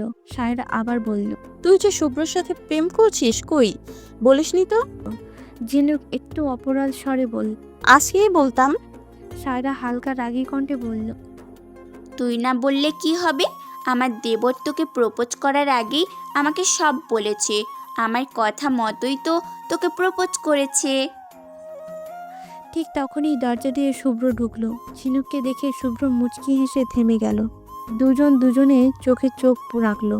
সায়রা একবার শুভ্রকে দেখে আবার ঝিনুককে দেখে, তারপর গলা কাকারিতে বলল, ভেবেছিলাম আমি শুধু বিয়ে পাগলি, এখন দেখি আমার ছোঁয়ার আশেপাশে মানুষজনও বিয়ে পাগলি হয়ে যাচ্ছে। ঝিনুক মুখ ফুলিয়ে বলল, একদমই না, আমি তোর মতো বিয়ে পাগলি না, বুঝলি? আমার বিয়েই ভালো লাগে না। শুভ্রর সাথে সাথে নাটকীয় ভঙ্গিতে বলল, মানে তুমি আমাকে বিয়ে করাবে না? আমার সাথে শুধু টাইম পাস করছো? ঝিনুক তাড়াতাড়ি মাথা নাড়িয়ে এমা না না, এমন বলিনি। বলল। তখনই আবার রেহানা বেগম চলে এলেন সেখানে। সবার দিকে তাকিয়ে মুচকি হেসে বললেন, কি নিয়ে এত কথা হচ্ছে? সায়রা এবার খুশি মুখে হেসে বলল, শাশুমা, আপনার ছোট ছেলেকে বিয়ে কবে করাবেন? সাথে সাথে শুভ্র আর ঝিনুক হাঁ করে তাকিয়ে রইল সায়রার দিকে। দুজনের মুখে ভয়। এখন সায়রা কি করে বসে? রেহানা বেগম অবাক হয়ে বললেন, কেন করব না? মেয়ে দেখে যদি পছন্দ হয় একেবারেই করিয়ে দেব। সায়রা আর দেরি না করে বলল, মেয়ে তো দেখা হয়েই গেছে শাশুমা। ঝিনুক তখনই প্রাণপণে মাথা নাড়িয়ে ইশারা করছে। না, দয়া করে কিছু বলিস না। কিন্তু সায়রা তাতে কান দিল না।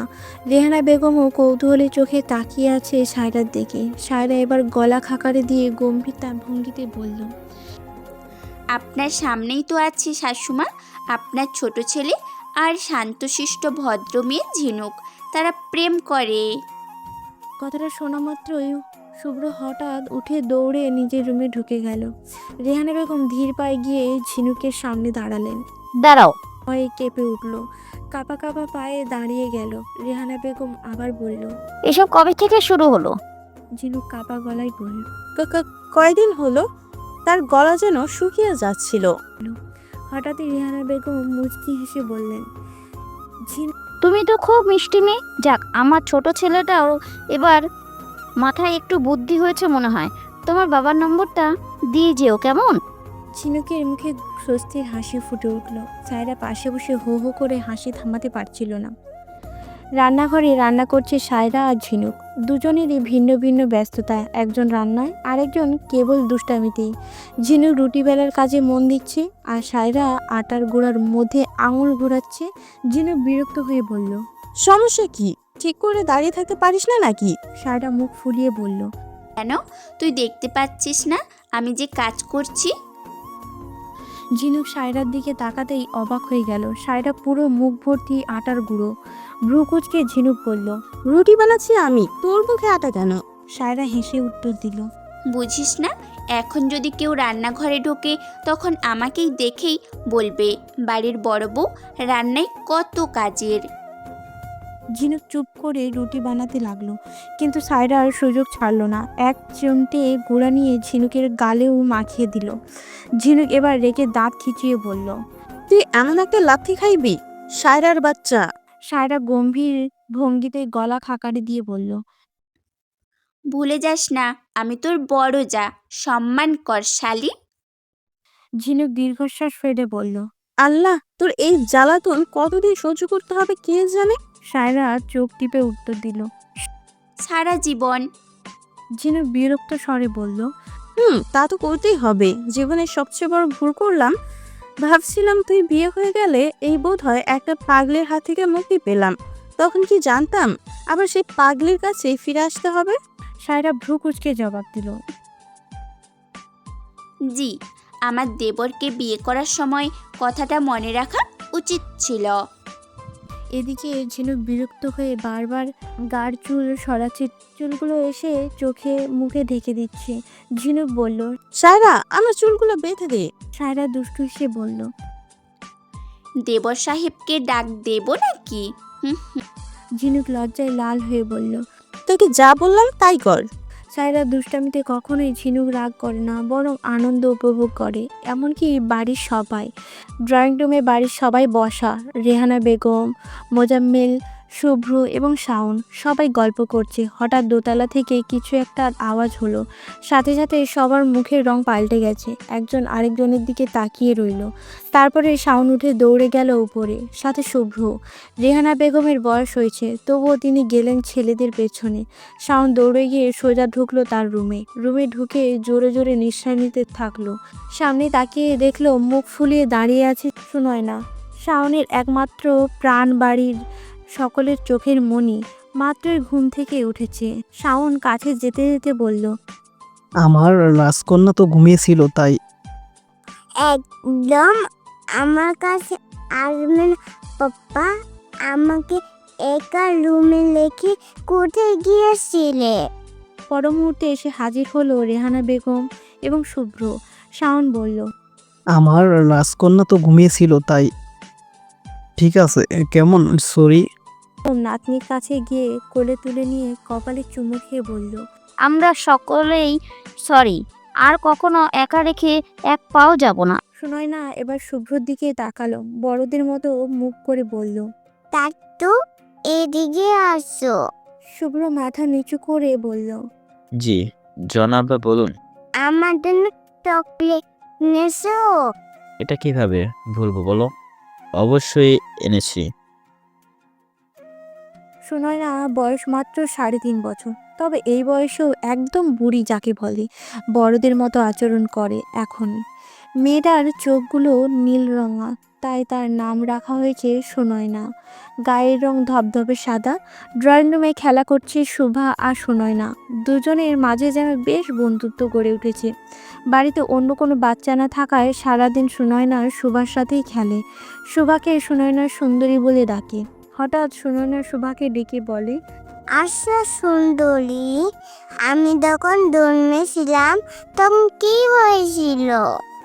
শুভা মুচকি এসে সুনয়নাকে কোলে নিয়ে সোফায় বসলো। সে নরম স্বরে বলল, তুমি যেদিন জন্মেছিলে সেদিন তোমার পাপা খুব কান্না করেছিল। সুনয়না ভ্রু কুচকে মুখ ফুটে বলল, কি আমি পৃথিবীতে প্রথম আসলাম আর আমার পাপ্পা খুশি না হয়ে কান্না করলো? তার মানে পাপ্পা খুশি ছিল না? শুভা দ্রুত মাথা নাড়িয়ে বলল, আরে না না, সবাই তখন অনেক খুশি ছিল, কিন্তু তুমি যখন মাম্মার পেটে থেকে দুষ্টুমি করে বক্সিং করছিলে তখন মাম্মা খুব ব্যথা পেত আর কাঁদতো। সেই ব্যথা দেখে তোমার পাপাও কেঁদেছিল। সুনয়না কিছুক্ষণ চুপ থেকে ছোট্ট করে বলল, মানে আমি মাম্মাকে ব্যথা দিয়েছিলাম? এই বলে সুনয়না মুখ গম্ভীর করে উঠে গেল শুভার পাশ থেকে। সোজা চলে গেল রান্নাঘরে। সেখানে সায়রা রান্না করছে। সে মিষ্টি গলায় ডাক দিল, পাপ। সায়রা মেয়ের কণ্ঠ শুনে পেছনে তাকালো। কাছে এসে হাঁটু গেড়ে বসে আদর করে বলল, কি হয়েছে আমার সোনামণি? সুনয়না ভ্রু কুচকে লাজুক গলায় বলল, সরি। সায়রা অবাক হয়ে হেসে জিজ্ঞাসা করলো, সরি কেন বলছে আমার বাবু? সুনয়না গম্ভীর গলায় উত্তর দিল, সুন্দরী বলেছে আমি ওকে পেতে থাকতে তোমাকে ব্যথা দিয়েছি। সায়রা হাসি মুখে মেয়েকে বুকে জড়িয়ে ধরে বলল, এখন সরি বললে কি হবে? একটা কাজ করো, তোমার পেটে আমি ঢুকে যাই, তারপর তোমাকেও একটু ব্যথা দেই, তাহলে সমান সমান। সুনয়নার সাথে সাথে নিজের জামা তুলতে তুলতে বলল, আসো মাম্মা, ঢুকে পড়ো। সুনয়নাকে দেখে সায়রা আর ঝিনুক দুজনেই হেসে উঠল। ঝিনুক মজা করে বলল, সায়রা, তোর মেয়েও দেখি তোর মতোই পাগলি হয়েছে। দুপুরে খাওয়া দাওয়া করে সকলে একসাথে বসলো। কি সুন্দর একটা পরিবার। সবাই মুগ্ধ হয় তাদের সম্পর্ক দেখে। পাড়া প্রতিবেশী অনেকে আবার হিংসাও করে, অনেকে আবার অন্যের সুখ সহ্য হয় না। প্রতিদিন তারা দুপুরে খাওয়া দাওয়ার পর একসাথে বসে হাসি মজার আড্ডা করবে। কিন্তু আজ রেহানা বেগম গম্ভীর মুখে বসা। সবাই তাকিয়ে আছে অবাক হয়ে। রেহানা বেগম প্রতিদিন সবার আগে শুরু করবে আর দুষ্টুমিতে শেষ করবে সায়রা। সায়রা এবার বলল, শাশুমা, আপনার মুখে কি পেঠার জন্য চাল ভিজিয়ে রেখেছেন? সকলেই সায়রার কথায় হাসলো, শুধুমাত্র রেহানা বেগম ছাড়া। সুনয়না এবার মুখ ফুলিয়ে বলল, মাম্মা বলেছে আমাকে কেন তুলনা দিচ্ছ? রেহানা বেগম এবার মুখ খুললেন, বললেন, আমি রাগ করেছি। সায়রা রসিকতার স্বরে বলল, শাশুমা, আপনার মুখে কি পিঠার জন্য চাল ভিজিয়ে রেখেছেন? কিন্তু সমস্যা নেই, ভালোই লাগছে, আমাদের সুনয়নার মতো। রেহানা বেগম আবার রাগী কণ্ঠে বলল, সবাই থামো, আমি একটা গুরুত্বপূর্ণ আলোচনা করব।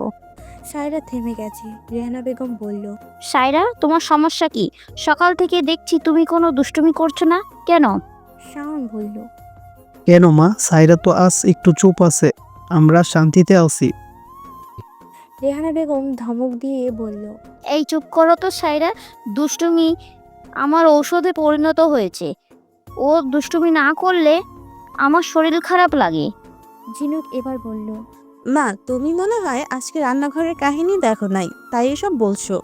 রান্নাঘরে তোমার বৌমা আমাকে জ্বালিয়ে মেরেছে। সুনয়নার সকলের মাঝে দাঁড়িয়ে গেল, বলল, না দাদু, এটা আমি মানতে পারলাম না। আমি দুষ্টুমি করব, এটা আমার দুষ্টুমি করার বয়স। মাম্মা কেন করবে? এতে কি আমাকে অধিকার থেকে বঞ্চিত করা হচ্ছে না? শাওন সুনয়নাকে কাছে টেনে বলল, একদম ঠিক বলেছে আমার রাজকন্যা। এবার কাঁদো কাঁদো মুখ করে বলল, দেখলেন শাশুমা, আমাকে এই বাড়ির কেউ গুরুত্বই দেয় না, একমাত্র আপনি ছাড়া। সবাই আমাকে মিষ্টি ছাড়া মধু মনে করে। ঝিনুক ভ্রু কুচকে বলল, এটা আবার কি নতুন কথা? মিষ্টি ছাড়া মধু আবার কি? সায়রা শুরু করেছে তার কামাল। সবাই মিলে হাসছে। শুধু ভ্রু কুচকে তাকিয়ে আছে শাওন আর সুনয়না। সুনয়নার হিংসে হচ্ছে, তাকে রেখে কেন তার মাম্মা দুষ্টুমি করবে। পাপ্পা, আমি সিদ্ধান্ত নিয়ে আসছি থানায় গিয়ে শিশুলীল ডাক্তারের মামলা করব, বুঝলে? মেয়ের কথা শুনে শাওন ভ্রু কুঁচকে বলল, তোমাকে কে আবার নির্যাতন করলো? তোমার কি মনে হচ্ছে না আমি নির্যাতিত হচ্ছি? দেখো দেখো, এই বাড়ির সবচেয়ে ছোট সদস্য হলাম আমি, আর বাড়ির সবাই আমাকে লিখে তোমার বউকে নিয়ে পড়ে আসছে। শাওন মাথা নাড়িয়ে বলল, ঠিক বলেছো, আমাকেও যেতে হবে পুরুষ নির্যাতনের মামলা করতে। না কিছুক্ষণ চিন্তায় মগ্ন থেকে বলল, আচ্ছা বাবা, দুষ্টুমি করলে কি সবাই ভালোবাসে? সবাই ভালোবাসে কিনা জানি না, কিন্তু আমাদের বাড়িতে বাসে। সুনয়না গম্ভীর নিঃশ্বাস নিয়ে বলল, পাপ্পা মামা এত দুষ্টুমি কিভাবে করে আমি বুঝি না। তোমার মাম্মা তো বিয়ে পাগলি মেয়ে, তাই এত দুষ্টুমি করে। তার ঠোঁট উল্টিয়ে বলল, তোরে আমিও বিয়ে পাগলি হব।